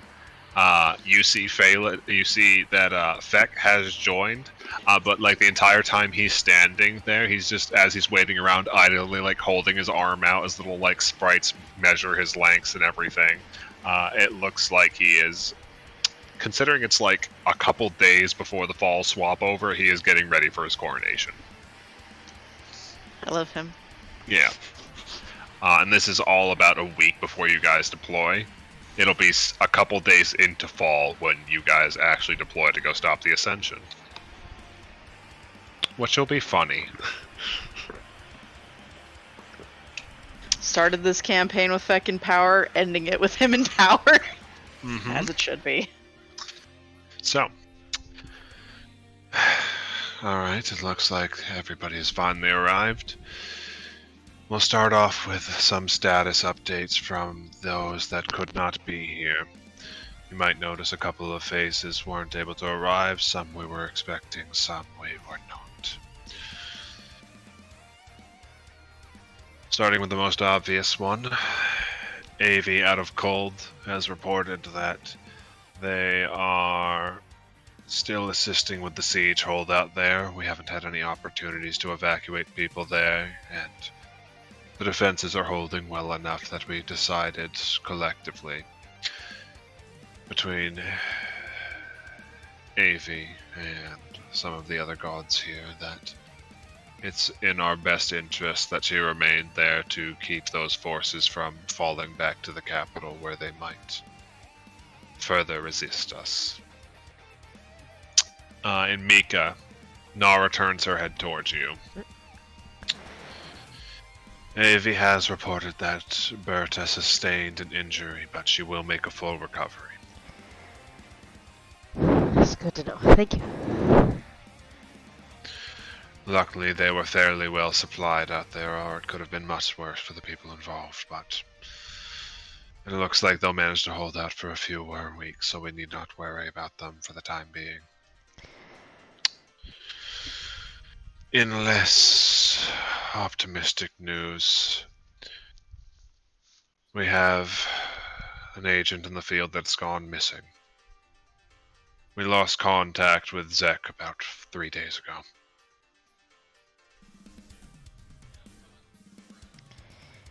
As far as I'm aware, he's still alive. I have a connection to him still through Rune, but I haven't been able to get in touch with him. Last we saw, he was investigating Hearthwaite, but any attempts to scry on him have been thus far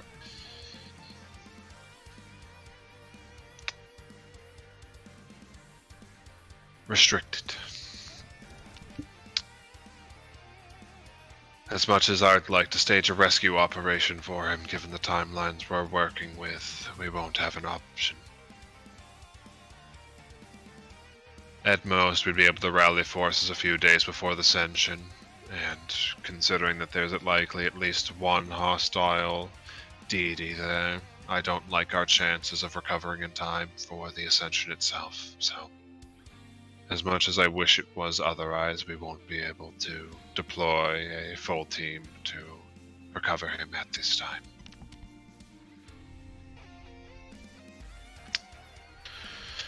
Additionally, I am sorry to report that we have confirmed that Osek has died. He was able to, based on his last report, identify the source of the commotion going on with Causbury.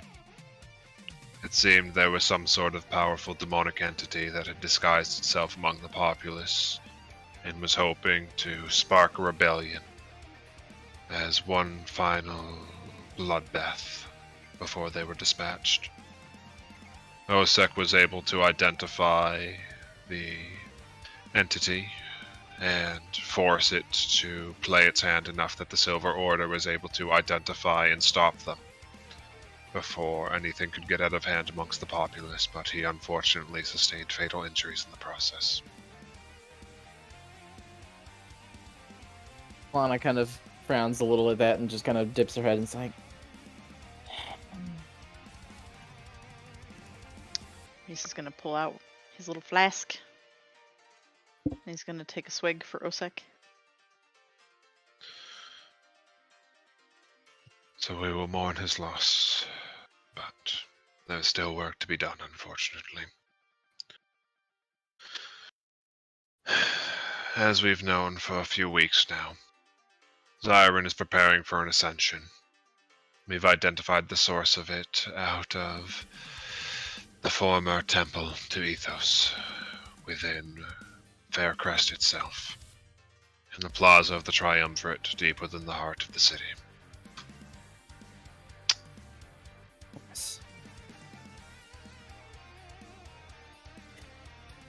Funny, we were extracted from that point last time we were there.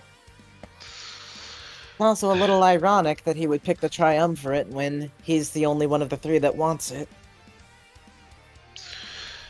It is, unfortunately, fortunately in his case at least, already deeply tied to the divinity that he's stolen from Ethos. It will make his efforts there a lot easier to try to pierce the veil between the mortal realms and the outer planes. It's likely why he chose it. And also have the most power at his disposal from that location. Faircrest itself has been heavily fortified, and the remnants of the Brescian Navy have filled the harbor, preventing a seaside approach. We lack the appropriate number of ships to pull off a proper landing of any worthwhile size. So, our best options are, unfortunately, approaching from one of the gates and breaching the city walls that way. Bang down the door. That is not to say any of them are going to be particularly easy to work through. They've had time to fortify the city. They've known for a long time they'd be working out of it in preparation for the Ascension. So there are, at the very least from my counts, several thousand Silver Order within the city walls. And similarly to the readings we got from the hunting grounds, several thousand, if not tens of thousands, of angels. Ooh-wee.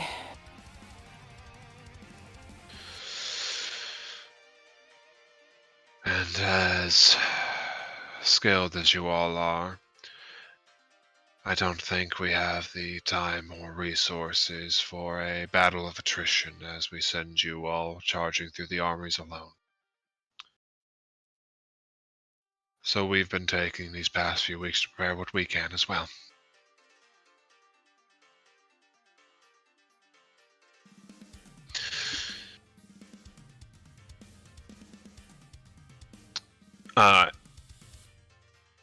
So, as they step forward, let me pull up the funny little list. So, Phelan steps forward to look over the map. And as he gestures to it, you see two figures form on either side of the city. So we have on the northern wall. I have too many gods. Too many gods. Too many gods. So you see Phelan appear on the northern wall, and not a god, but a familiar face appear on the southern wall. Thanks to freeing up some of our resources from the Elven lands, we were able to requisition a fair number of the Slayers that were otherwise preoccupied up until this point to assist us. They won't be useful in a head-on assault, but considering the numbers we're working with and the abilities I have at my disposal, we can certainly make sure that they don't have the time or knowledge available to coordinate their defenses on any one part of the city that we try to work through. I'll utilize my domain to keep the entire city under the effects of a heavy storm to limit their visibility. and I'll work through the north while Kellum heads up a contingent of slayers from the south to make sure that they are constantly being harried at their flanks, so they can't just draw their forces away to meet you all. Do be aware, based on the training the experience I've had fighting against them, that even in heavy visibility, their archers are a threat. They don't need to be able to see you directly to be able to strike. They can apparently use the frontline forces as spotters of a sort, though the heavy winds will limit their range somewhat. Try to use the storm to your advantage to stay out of sight where you can.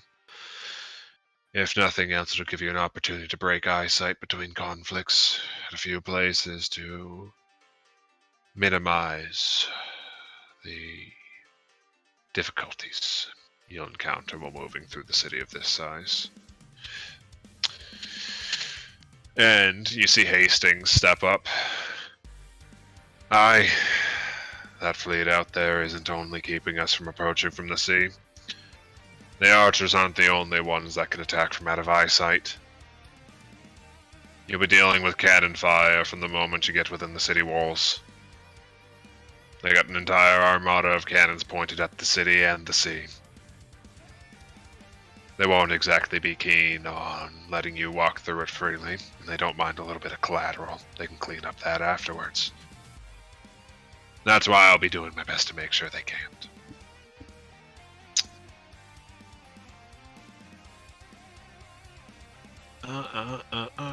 My silly little man. Me and the horizon will do what we can to keep the fleets at bay to minimize the artillery you have to deal with. There might be some light scatterings here and there, but they certainly won't be able to keep you pinned down for too long if I have my way of it. And there isn't a single ship alive on the sea that can keep up with me.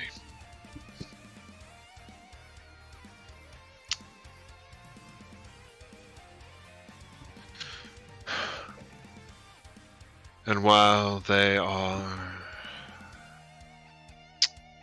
Nara speaks up. And while those two are focusing the ranged contingents away from you, we'll have a few options of how you all can approach the city with the main forces at our disposal. The northern road is the closest to the castle ward where our final destination will be, but it'll also likely be more heavily defended initially. And Riverside has a bit more distance to go, and the possibility that they'll try to hold you back at the choke points across the narrow bridges, but you'll need less initial resistance. Luckily, we have enough Kirali that have pledged themselves to our efforts that we'll be able to strike from both points simultaneously. And we'll just have your group slip in with whatever entrance you think is your best shot, considering your skill sets. And Zara just nods her head in that direction. Yeah, and I'll make sure the rest of them at the other points are able to hold down our foes for long enough for you to get where you need to be.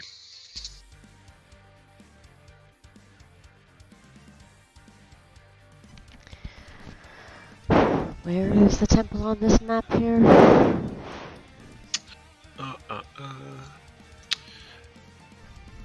Right here in the castle ward. So Right.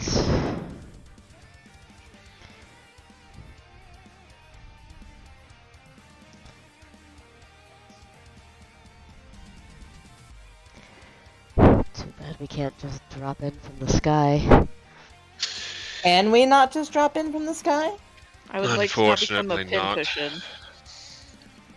They have enough angels patrolling the airspace around the city where we won't be able to let you in through free fall without the risk of you all being torn to shreds before you get halfway to the city itself. And with Valore on the loose and likely enhanced by a domain that he's probably had time to set up within the city walls, we won't be able to teleport you in either. I won't even be able to bring the observatory within the city limits like I was able to against the demon host. I'll likely have to make sure it's well outside of the range of the city as a rear base for the non-combatants.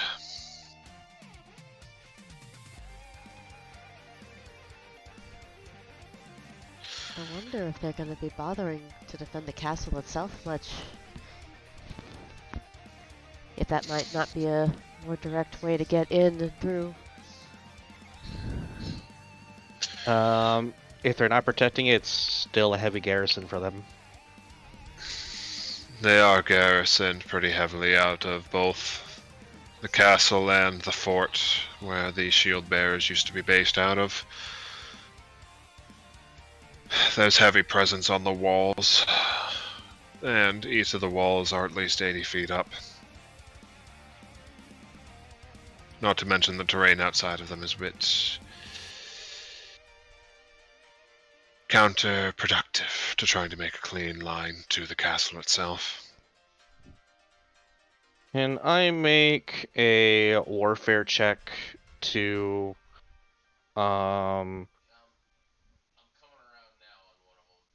basically plot like a potential route through the city from one or both of the entry points? Yep. Roll me a warfare check. Not bad. So, it's basically, it's more of how you want to handle it, because both of them pose very, very different issues. The North Road has, from your previous time visiting it, is a much larger open road surrounded by finer, more fortified buildings. So it'd be much easier for them to build a series of roadblocks and cage you in on that path down. Additionally, there's a lot of sturdy architecture surrounding it, so it's very easy for them to set up bases and barracks in the back roads to have men fortified out of and come through. So it's more straightforward, but it's probably more heavily prepared to deal with invaders. Coming in from the western side, the buildings there were a bit more ramshackle in design. Not necessarily that you could punch through them, but like they're more inconsistent, so you could run into blind spots, unexpected alleys in the architecture, people sneaking up behind you more easily, stuff like that. And as Nara mentioned, these two bridges here across the river are going to be major choke points where, unless you have a way of bypassing them, they could easily fortify those pretty heavily and make it very difficult for you to get across.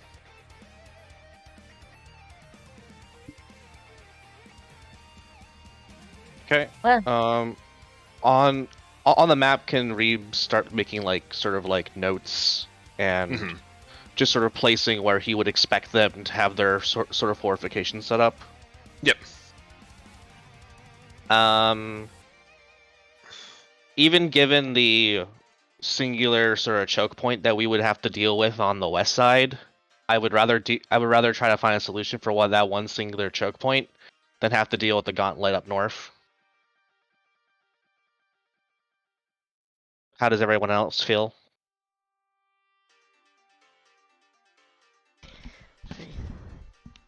Not sure. Say that again. I'm not sure I'm following that one. So there's only one particular choke point that we kind of have to worry about here.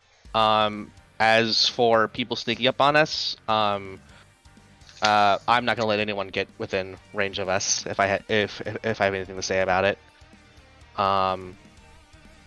So their only sort of main point of fortification would be on these bridges, whereas we're gonna be fighting basically from the from the gate down. Okay, I think I see what you're saying. That yeah.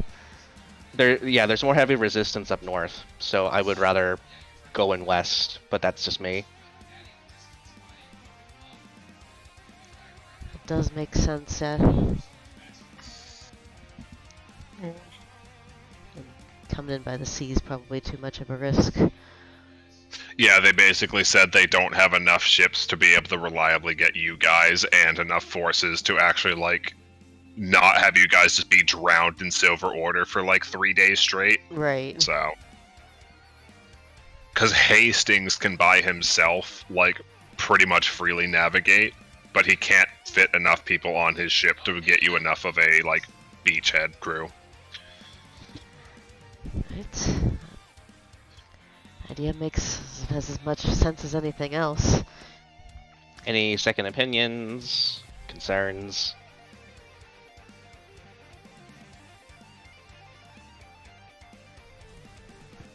None.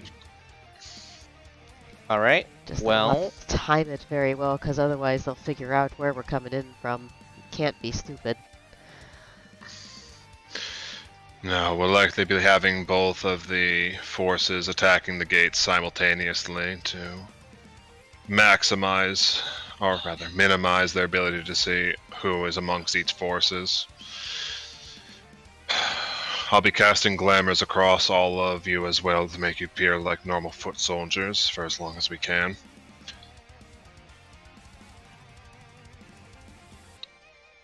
And once you're within the city itself, if you're able to break eyesight with the forces well enough, it'll be hard for them to track you through the storm. So they'll know you're in there after a certain point, but they'll have a hard time being able to keep track of you for extended periods of time as long as you keep on the move. and with the terrain, that should hopefully be to our advantage, given how more erratic the the street Western layouts approaches. are. Yeah. Yes. The entry point will matter a bit less once you reach the Silver Court and eventually the Castle Ward, but I'll trust your judgments on the initial points of entry. Zara, will you and the others be fine at the Northern Road then? And she just kind of shrugs. We're built tough. We can hold the line for as long as you need us to. Nods at that. And Nara turns her head towards Cornelius.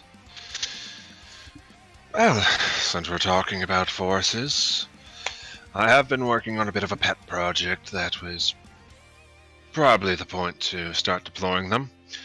Me and Molt here have been making use of what free time we have to assemble a number of automata to assist in warfare. Not sure how well they'll be able to punch through Silver Orders or Angel consistently, but they can certainly take a beating like nothing else. Whether you want to split them amongst both groups or have the majority of the forces sent to one or the other, I'll leave up to you, but you do have a legion of automata at your disposal. Did you say you and Malt? Yes. Molt just waves at you. Reese from across the room. Proud of you. Molt just beams at you. I'd initially thought to bring the Mithril Golem in with us as possible defense or distraction, but I can lend it to join the Automaton army as well if you would rather. If you think it would be better used there.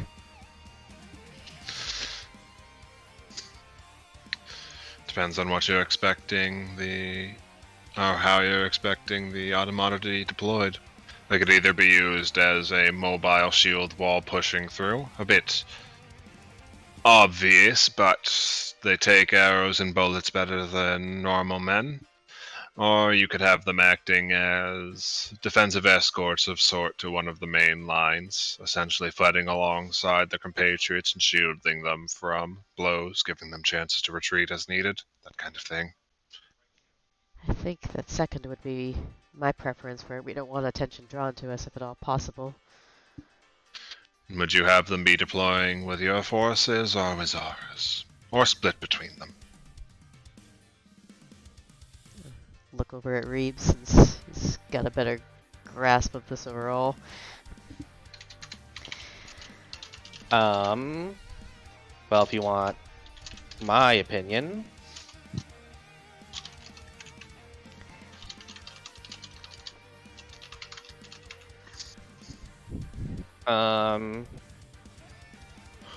let's keep them floating as a floating reserve for just the moment, just to see what else we got working with. Fair enough.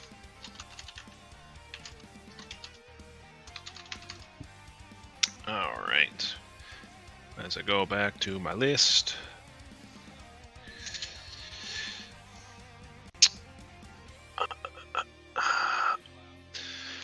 Unfortunately, we don't have any more regular troops to deploy with you, but Nara glances over towards Argith, who nods and takes a step forward and says, considering the importance of this mission, we thought it best to ensure that you all had a proper vanguard and escort while on the mission. The Kirali will serve as the primary force, but in order to make sure you have a proper wedge, we want to make sure you have well-trained troops accompanying you. So myself, Lady Eldriness, and the Shield Breakers will be fighting alongside you under Glamours. Well, they'll be fighting alongside you under Glamours. I'll be providing support in a more general sense.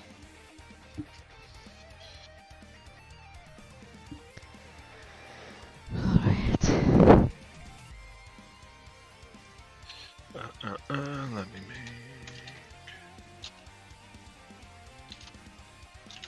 We are most certainly happy to have you.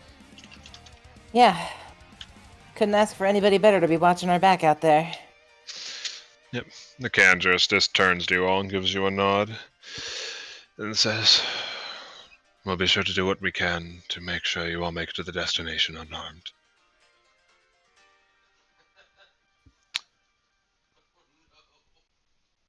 Alright. Two Shieldbreakers, Lady Eldriness. The named shield bearers that you guys know of are Lady Eldriness, Nicandros, and technically Argith, but Argith will be let's just say Argith is more useful not directly beside you guys. Right. Is Robert still with us? Robert is one of the shield bearers, yes. Yes!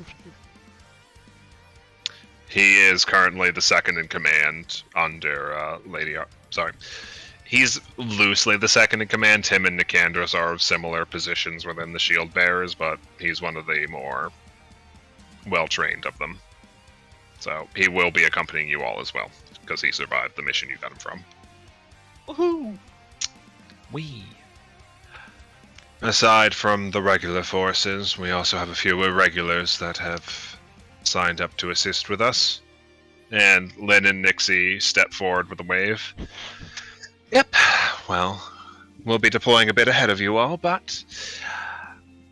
well, if there's one thing that we're good at, it's... making a little bit of chaos. And she looks at you and smiles as she says that, Tomas. Exactly. Tomas is just grinning. Me and Give it how Nixie you will do. take a contingent of chain breakers behind the lines, get nice and cozy, and when it sounds like things are getting ready to pop off and troops start moving, we'll give them a reason that they might have to turn a couple of them back here and there. They'll never find us, but we can certainly cause problems.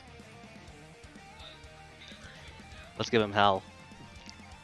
Oh, we certainly will. There's quite a few people that have been waiting a long time to get revenge for what happened in Tripwire. And you just see Nixie with like a grin of just daggers as she says that last part.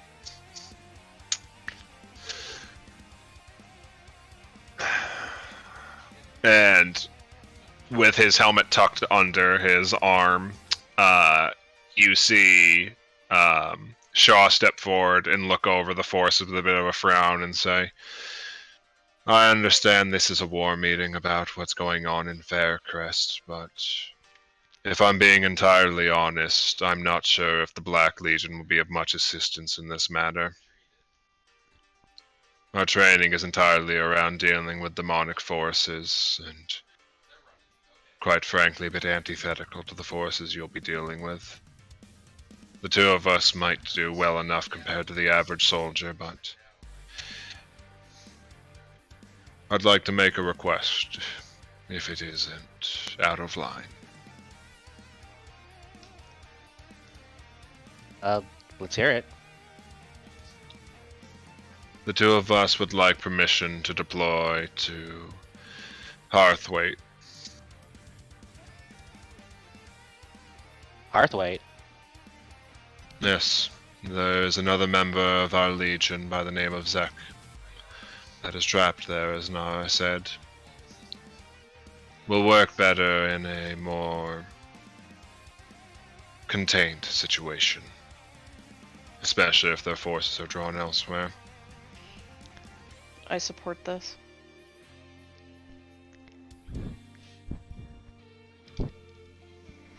Well, I mean, considering... Think of it.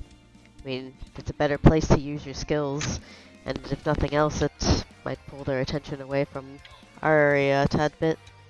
I also don't want us to abandon Zek. I don't either. Well, certainly.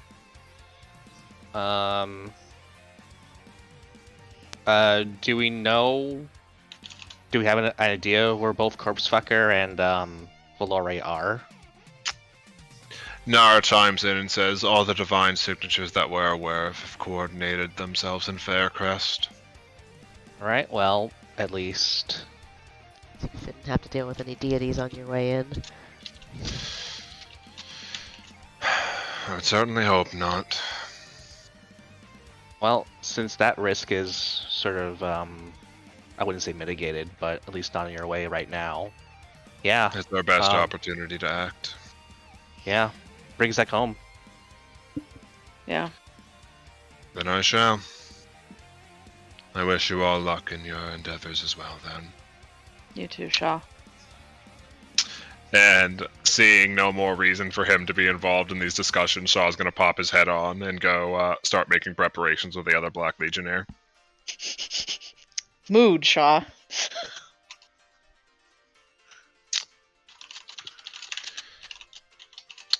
Okay.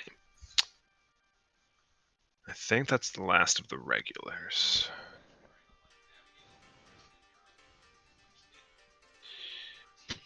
Pulling up my list. There's so many fucking people. No. All right. What? Alright, I gotta deploy.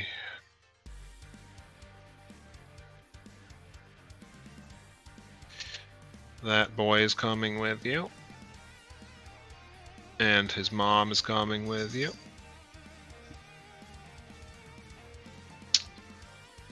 And then we have one Argith, who is going to be assisting generally in the area you are in.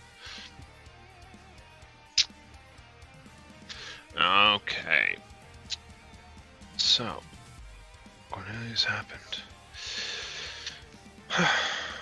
Alright. So, let's go through the list then.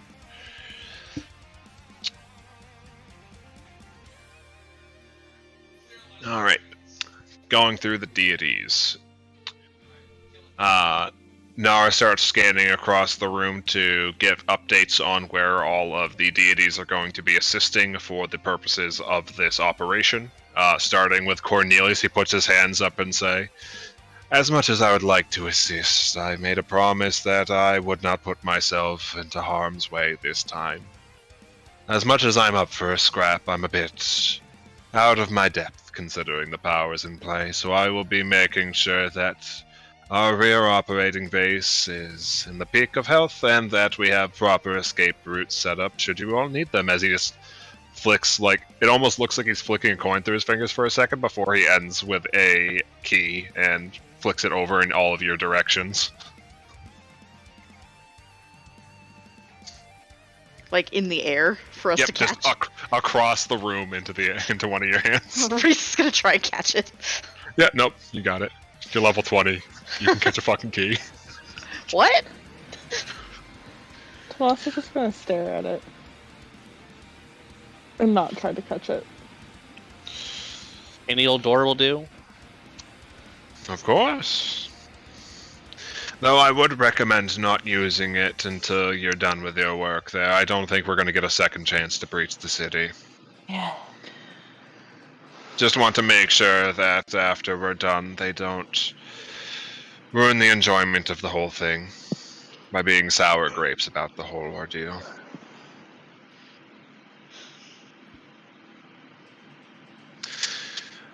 And Amove looks over to you all. I, on the other hand, will be providing some much-needed fire support to you all. We don't really exactly have the time to be putting up with whatever distractions they have for you all, so should you run into any particularly dense obstacles, I'll do what I can to clear it out a bit for you all. Definitely be entertaining. I look forward to it. I do what I can. Expect us to call in the favor at the bridge, if nothing else.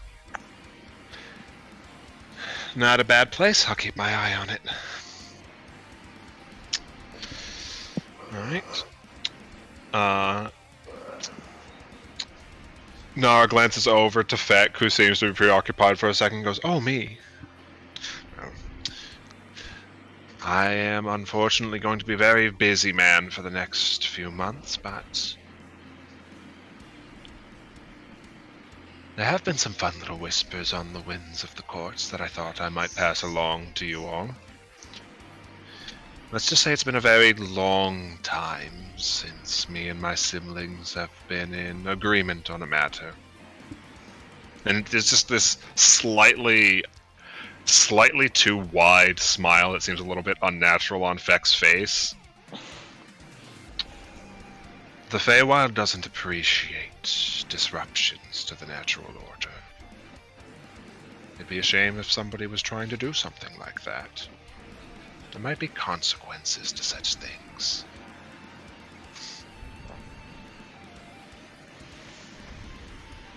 But we know nobody's stupid enough to do something like that, don't we?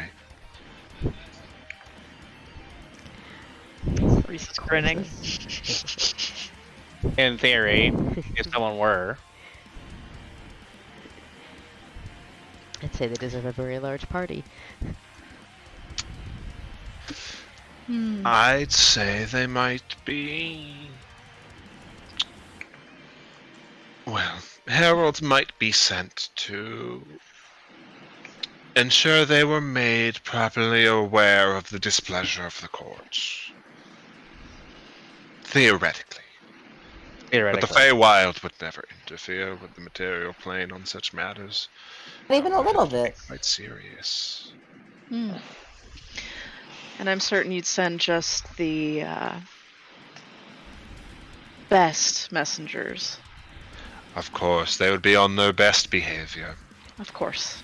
In theory. We like to interfere as much as we like to be interfered with. Good to know. Reese is smiling this whole time. He gets it. Lana just like lets out a nervous little laugh. It's like, Faye are scary. Of course Feck's scary. He's a Fae. No, she said Faye's scary. Oh. And he just gives you a little wink, Lana. All right.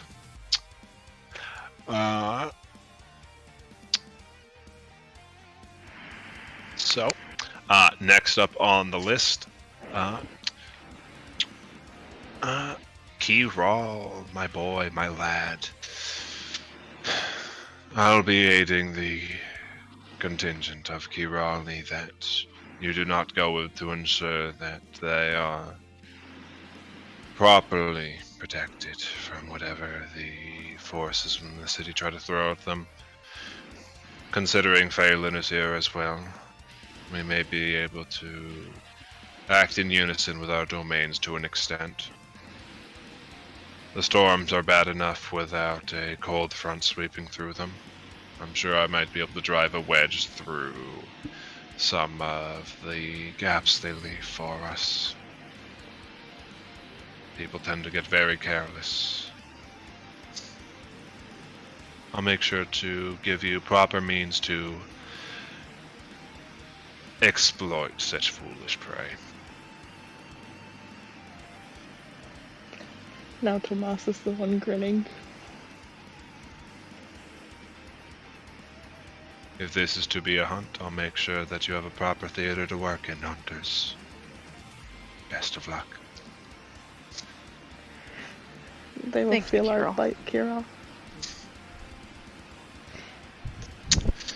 Ah, my silly little man.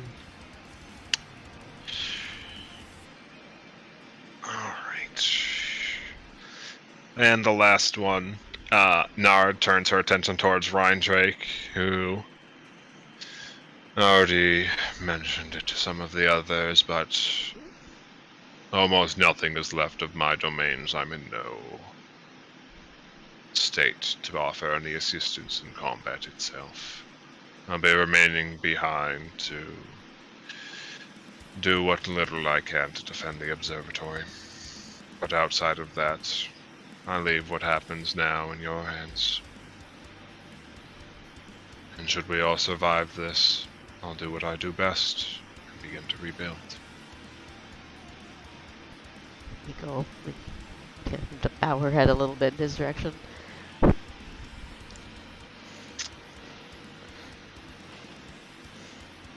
Alrighty.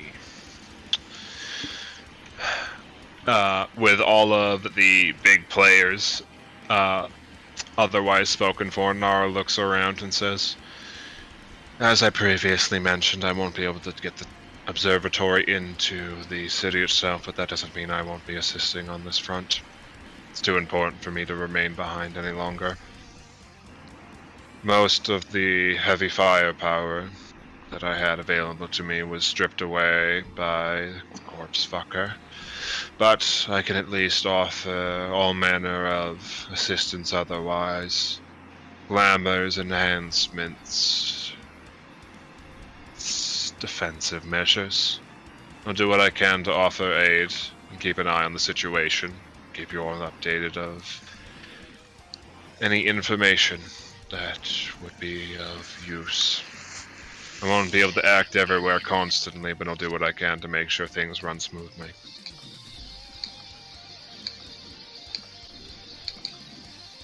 And if you happen to run into some old friends of mine, do be sure to let me know. Oh, gladly. You'll be the first to know. She just gives you a nod of, thank you. Quick question. Yep. How do we tell you? I'll be linking all the people in the operation telepathically. You need not worry about being overwhelmed with voices. I'll handle the communication between groups. Helpful. Thank you. Of course.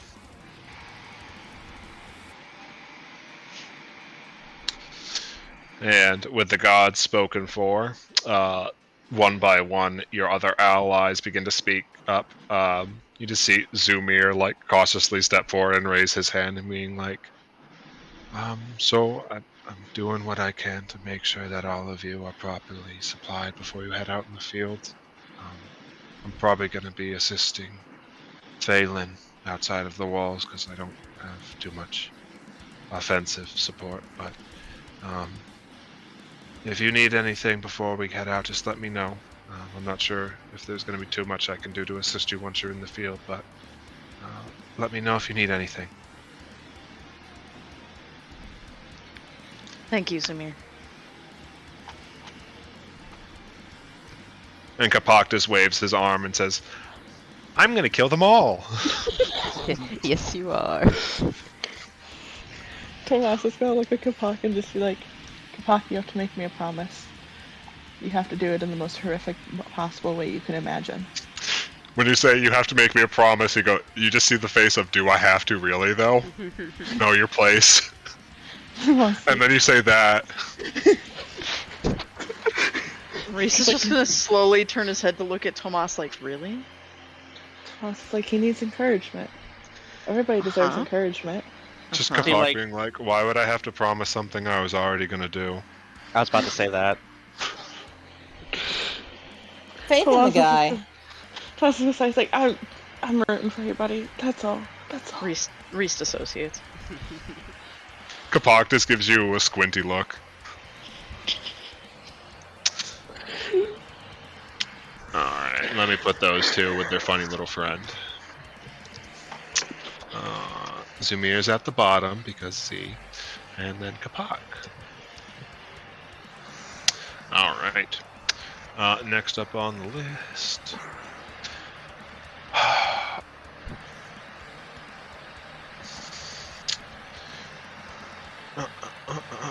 Where is he? Getting through them quickly. Cornelius puts his hand on Molt's head and says, I think Molt's done good enough job getting everything in place. I think he can be excused from any frontline work. Don't you agree? And he looks towards you, Reese. Please keep him safe, please. Of course. And he just claps his hands on Molt's shoulder. I won't let anything happen to the best worker I've ever had. And Molt goes, but what about me, though? Aww. Aww. Baby.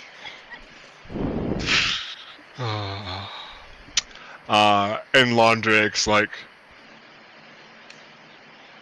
well, we're in the business of talking about people not going out in the fields. I'll be staying here, thank you kindly.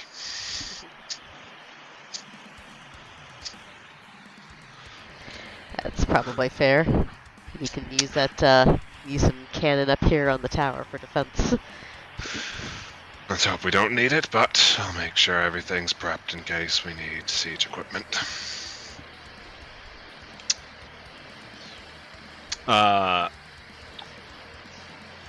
Theoden makes a brief gesture.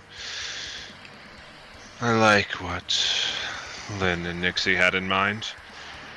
Best not to put all of our eggs in one basket, but I'm sure there's plenty enough city that I can work outside of their field of operation and still provide similar assistance of a sort. I'll keep an eye on you guys as you are advancing, sure that if there's an opportunity to give you proper means to exploit it.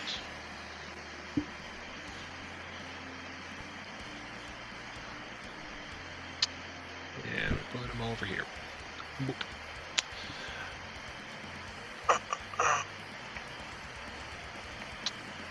Where are the others? Who is... They're gone. And you see Emmy speak up and say, I'll be moving forward with one of the two main forces, whichever one you think would be best, in providing assistance for the injured there to make sure that they don't get left behind.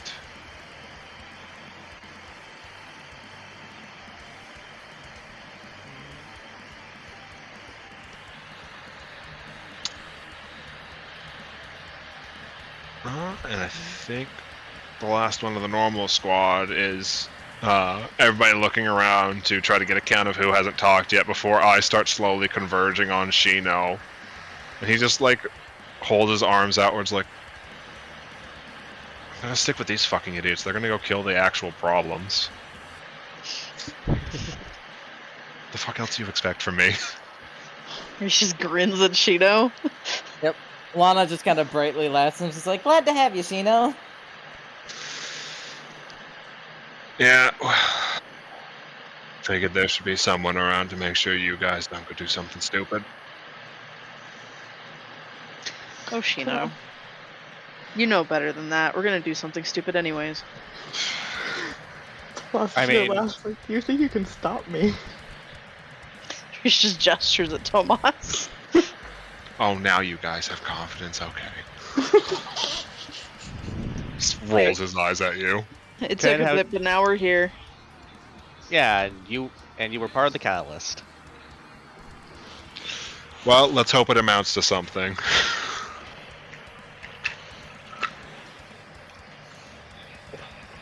Nothing else than have all the chaos on our route here. Oh, absolutely.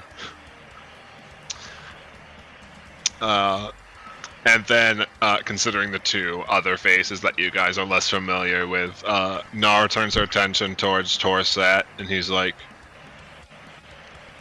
He just points towards Kirol. I'm following him. Sounds good, Torsat. You do that. Plenty for you to kill up there. And he just gives a big toothy grin at you. Oh, you're there too, baby brother. That's me. You see him think for a moment, and then look at Kirol and go, good hunting.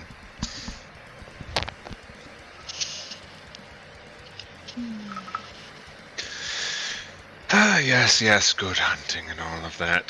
Badar speaks up from the back. God damn it.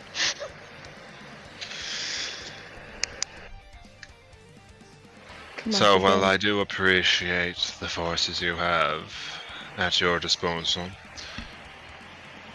I may be able to offer some assistance under certain conditions. Go on. You saw the state that Clearhaven was in. And you... He glances between the three of you that went on that mission, Tomas, Reese, and Wolf. You're aware of the grievances that have been brought to me by the people of Clearhaven that I wish to resolve. Yes. And he glances between everybody in the room and stops at the king for a moment before... You've gotten quite a collection of very influential people here. And I appreciate that. And I would be very glad to offer the assistance that my mother is, for all of our benefit, not here to provide under her terms. Under the condition that Clearhaven be given independence once all of this is through.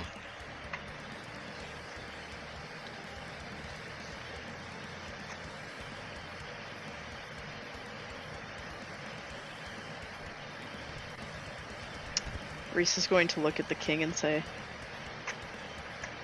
all things considered, I don't see that being a huge problem, do you? Roll me a diplomacy check. The things you're awful at. Yeah, it's my worst stat. 54. Yeah, it's fucking garbage roll, TBH.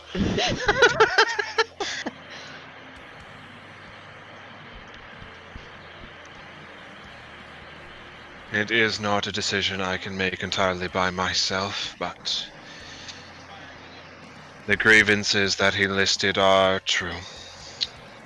And I can see merit in the request that is being made.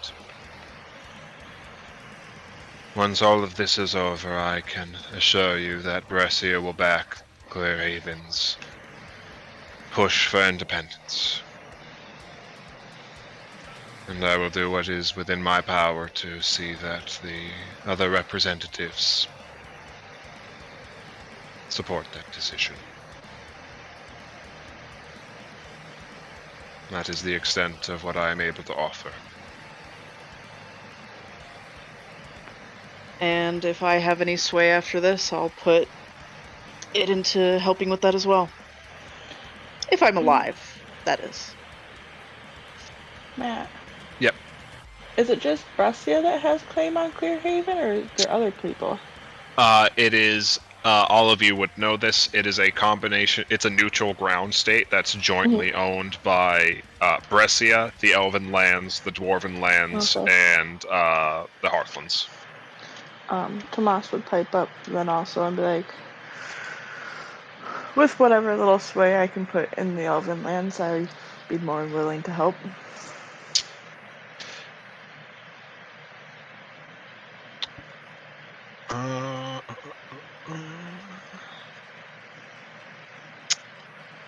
One sec. Tomas. Mm-hmm. There are no words spoken, but you hear a ping in the back of your mind. Do you trust him? In Phelan's voice. Does Tomas have a limit to his words? No. It's a connection between you and your patron god. Okay. Tomas would say that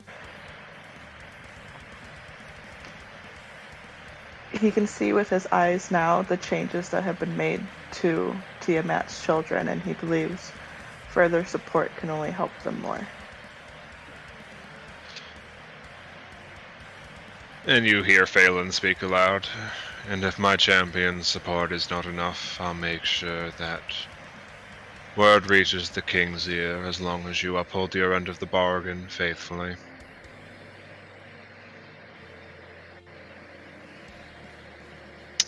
And Badar looks between Phelan and Edmund and nods his head and says, I appreciate the motion of confidence. There are a few of my siblings that are amicable to the future that I'm looking forward to. And I'm sure they'd be equally amicable to the endeavor that you are all engaging in. I'll return home and see if I can't convince them to offer their aid along with mine.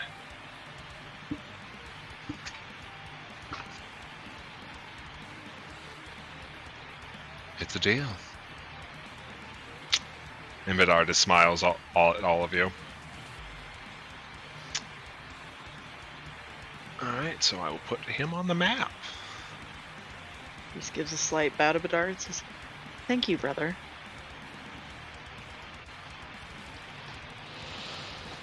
Tomas is gonna give Lisa a look and just very quietly whisper, he's like, and we're only missing one.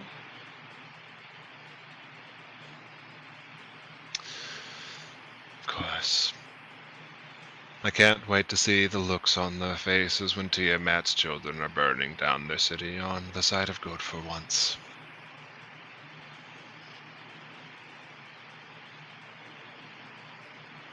Unless I've terribly misread the situation, you're all terribly evil. Oh, absolutely horrible. We're terrible people. Just the worst. Ah, easy come, easy go then. Let's burn this fucker down. Let's. Alrighty then. Then Cornelius speaks up. Then I think the only thing left to decide is where exactly you want the automata to assist then. How many do we have at our disposal? A legion of 100. 100. How good are they at sowing chaos? They are good at following whatever commands you give them to an extent. They don't have any incendiaries built into them or anything like that, but they can take a beating and they have moderately effective weaponry, though. How good they'll be at cutting down the exact foes you're dealing with has yet to be field tested. I can give one of them an incendiary.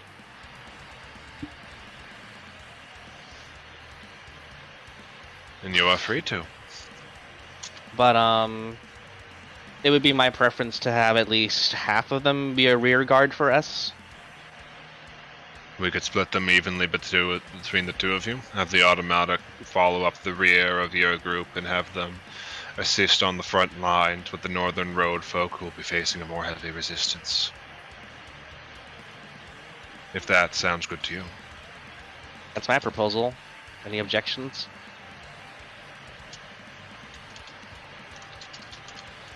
None from me. From what?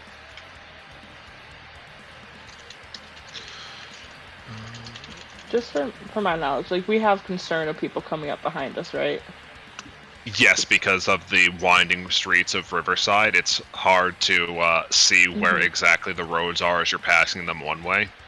Okay, yeah. So it's easy to have somebody like slip in behind you without seeing it because of the it's not uniform architecture like the North Road. Yeah. No complaints from me. Same. And Mika, were you deploying the Mithril Golem with you guys or the other group?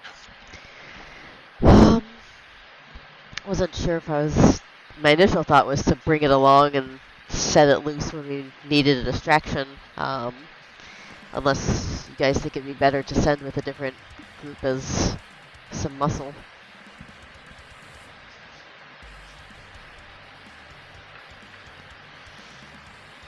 Entirely up to you, Mika.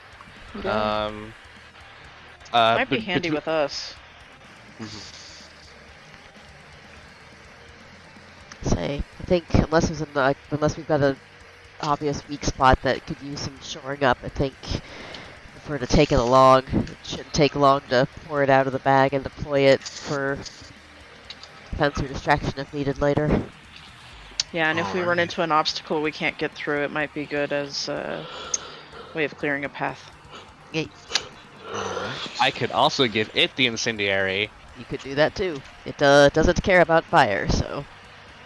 Oh, Why do good. so Very many good. of us love explosions. Have you met me? Do you not? I didn't say that.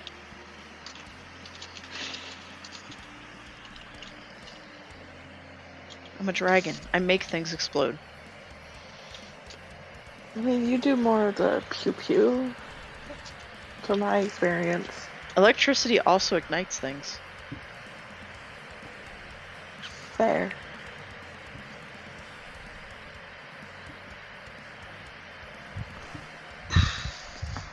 I believe we also had... Did we decide where Emmy's going? Oh, right, you did not. Tomas looks anxious anytime mentions Emmy being anywhere near the fighting in the first place. The most the Slayers are the only group that seem to be kind of on their own down there. Yes, the Slayers are a guerrilla force. It's best if we don't stick anybody not used to constantly staying on their feet and moving quickly with them.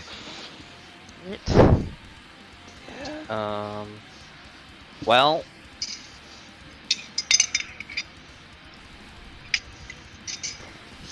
Maybe with the Kirali. I was leaning towards that. I would say either with the Kirali or Phelan. And you said Tomas was actively looking nervous? Yeah. 1 second.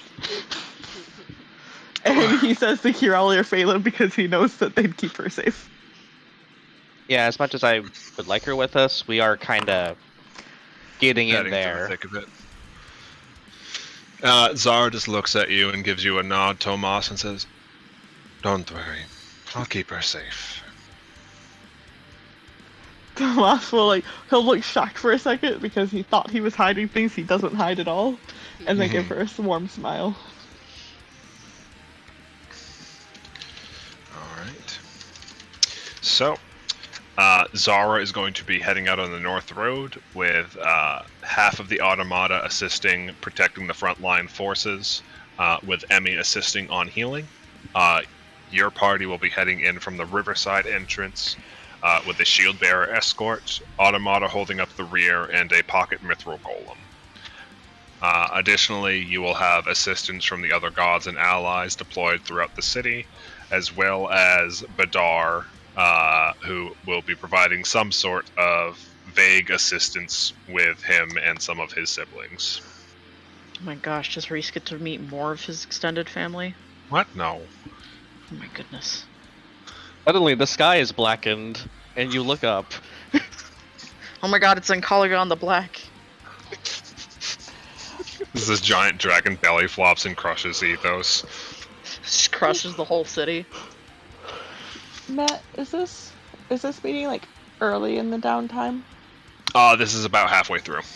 Okay. Because Tomas was gonna go talk to Tala pretty early in the week.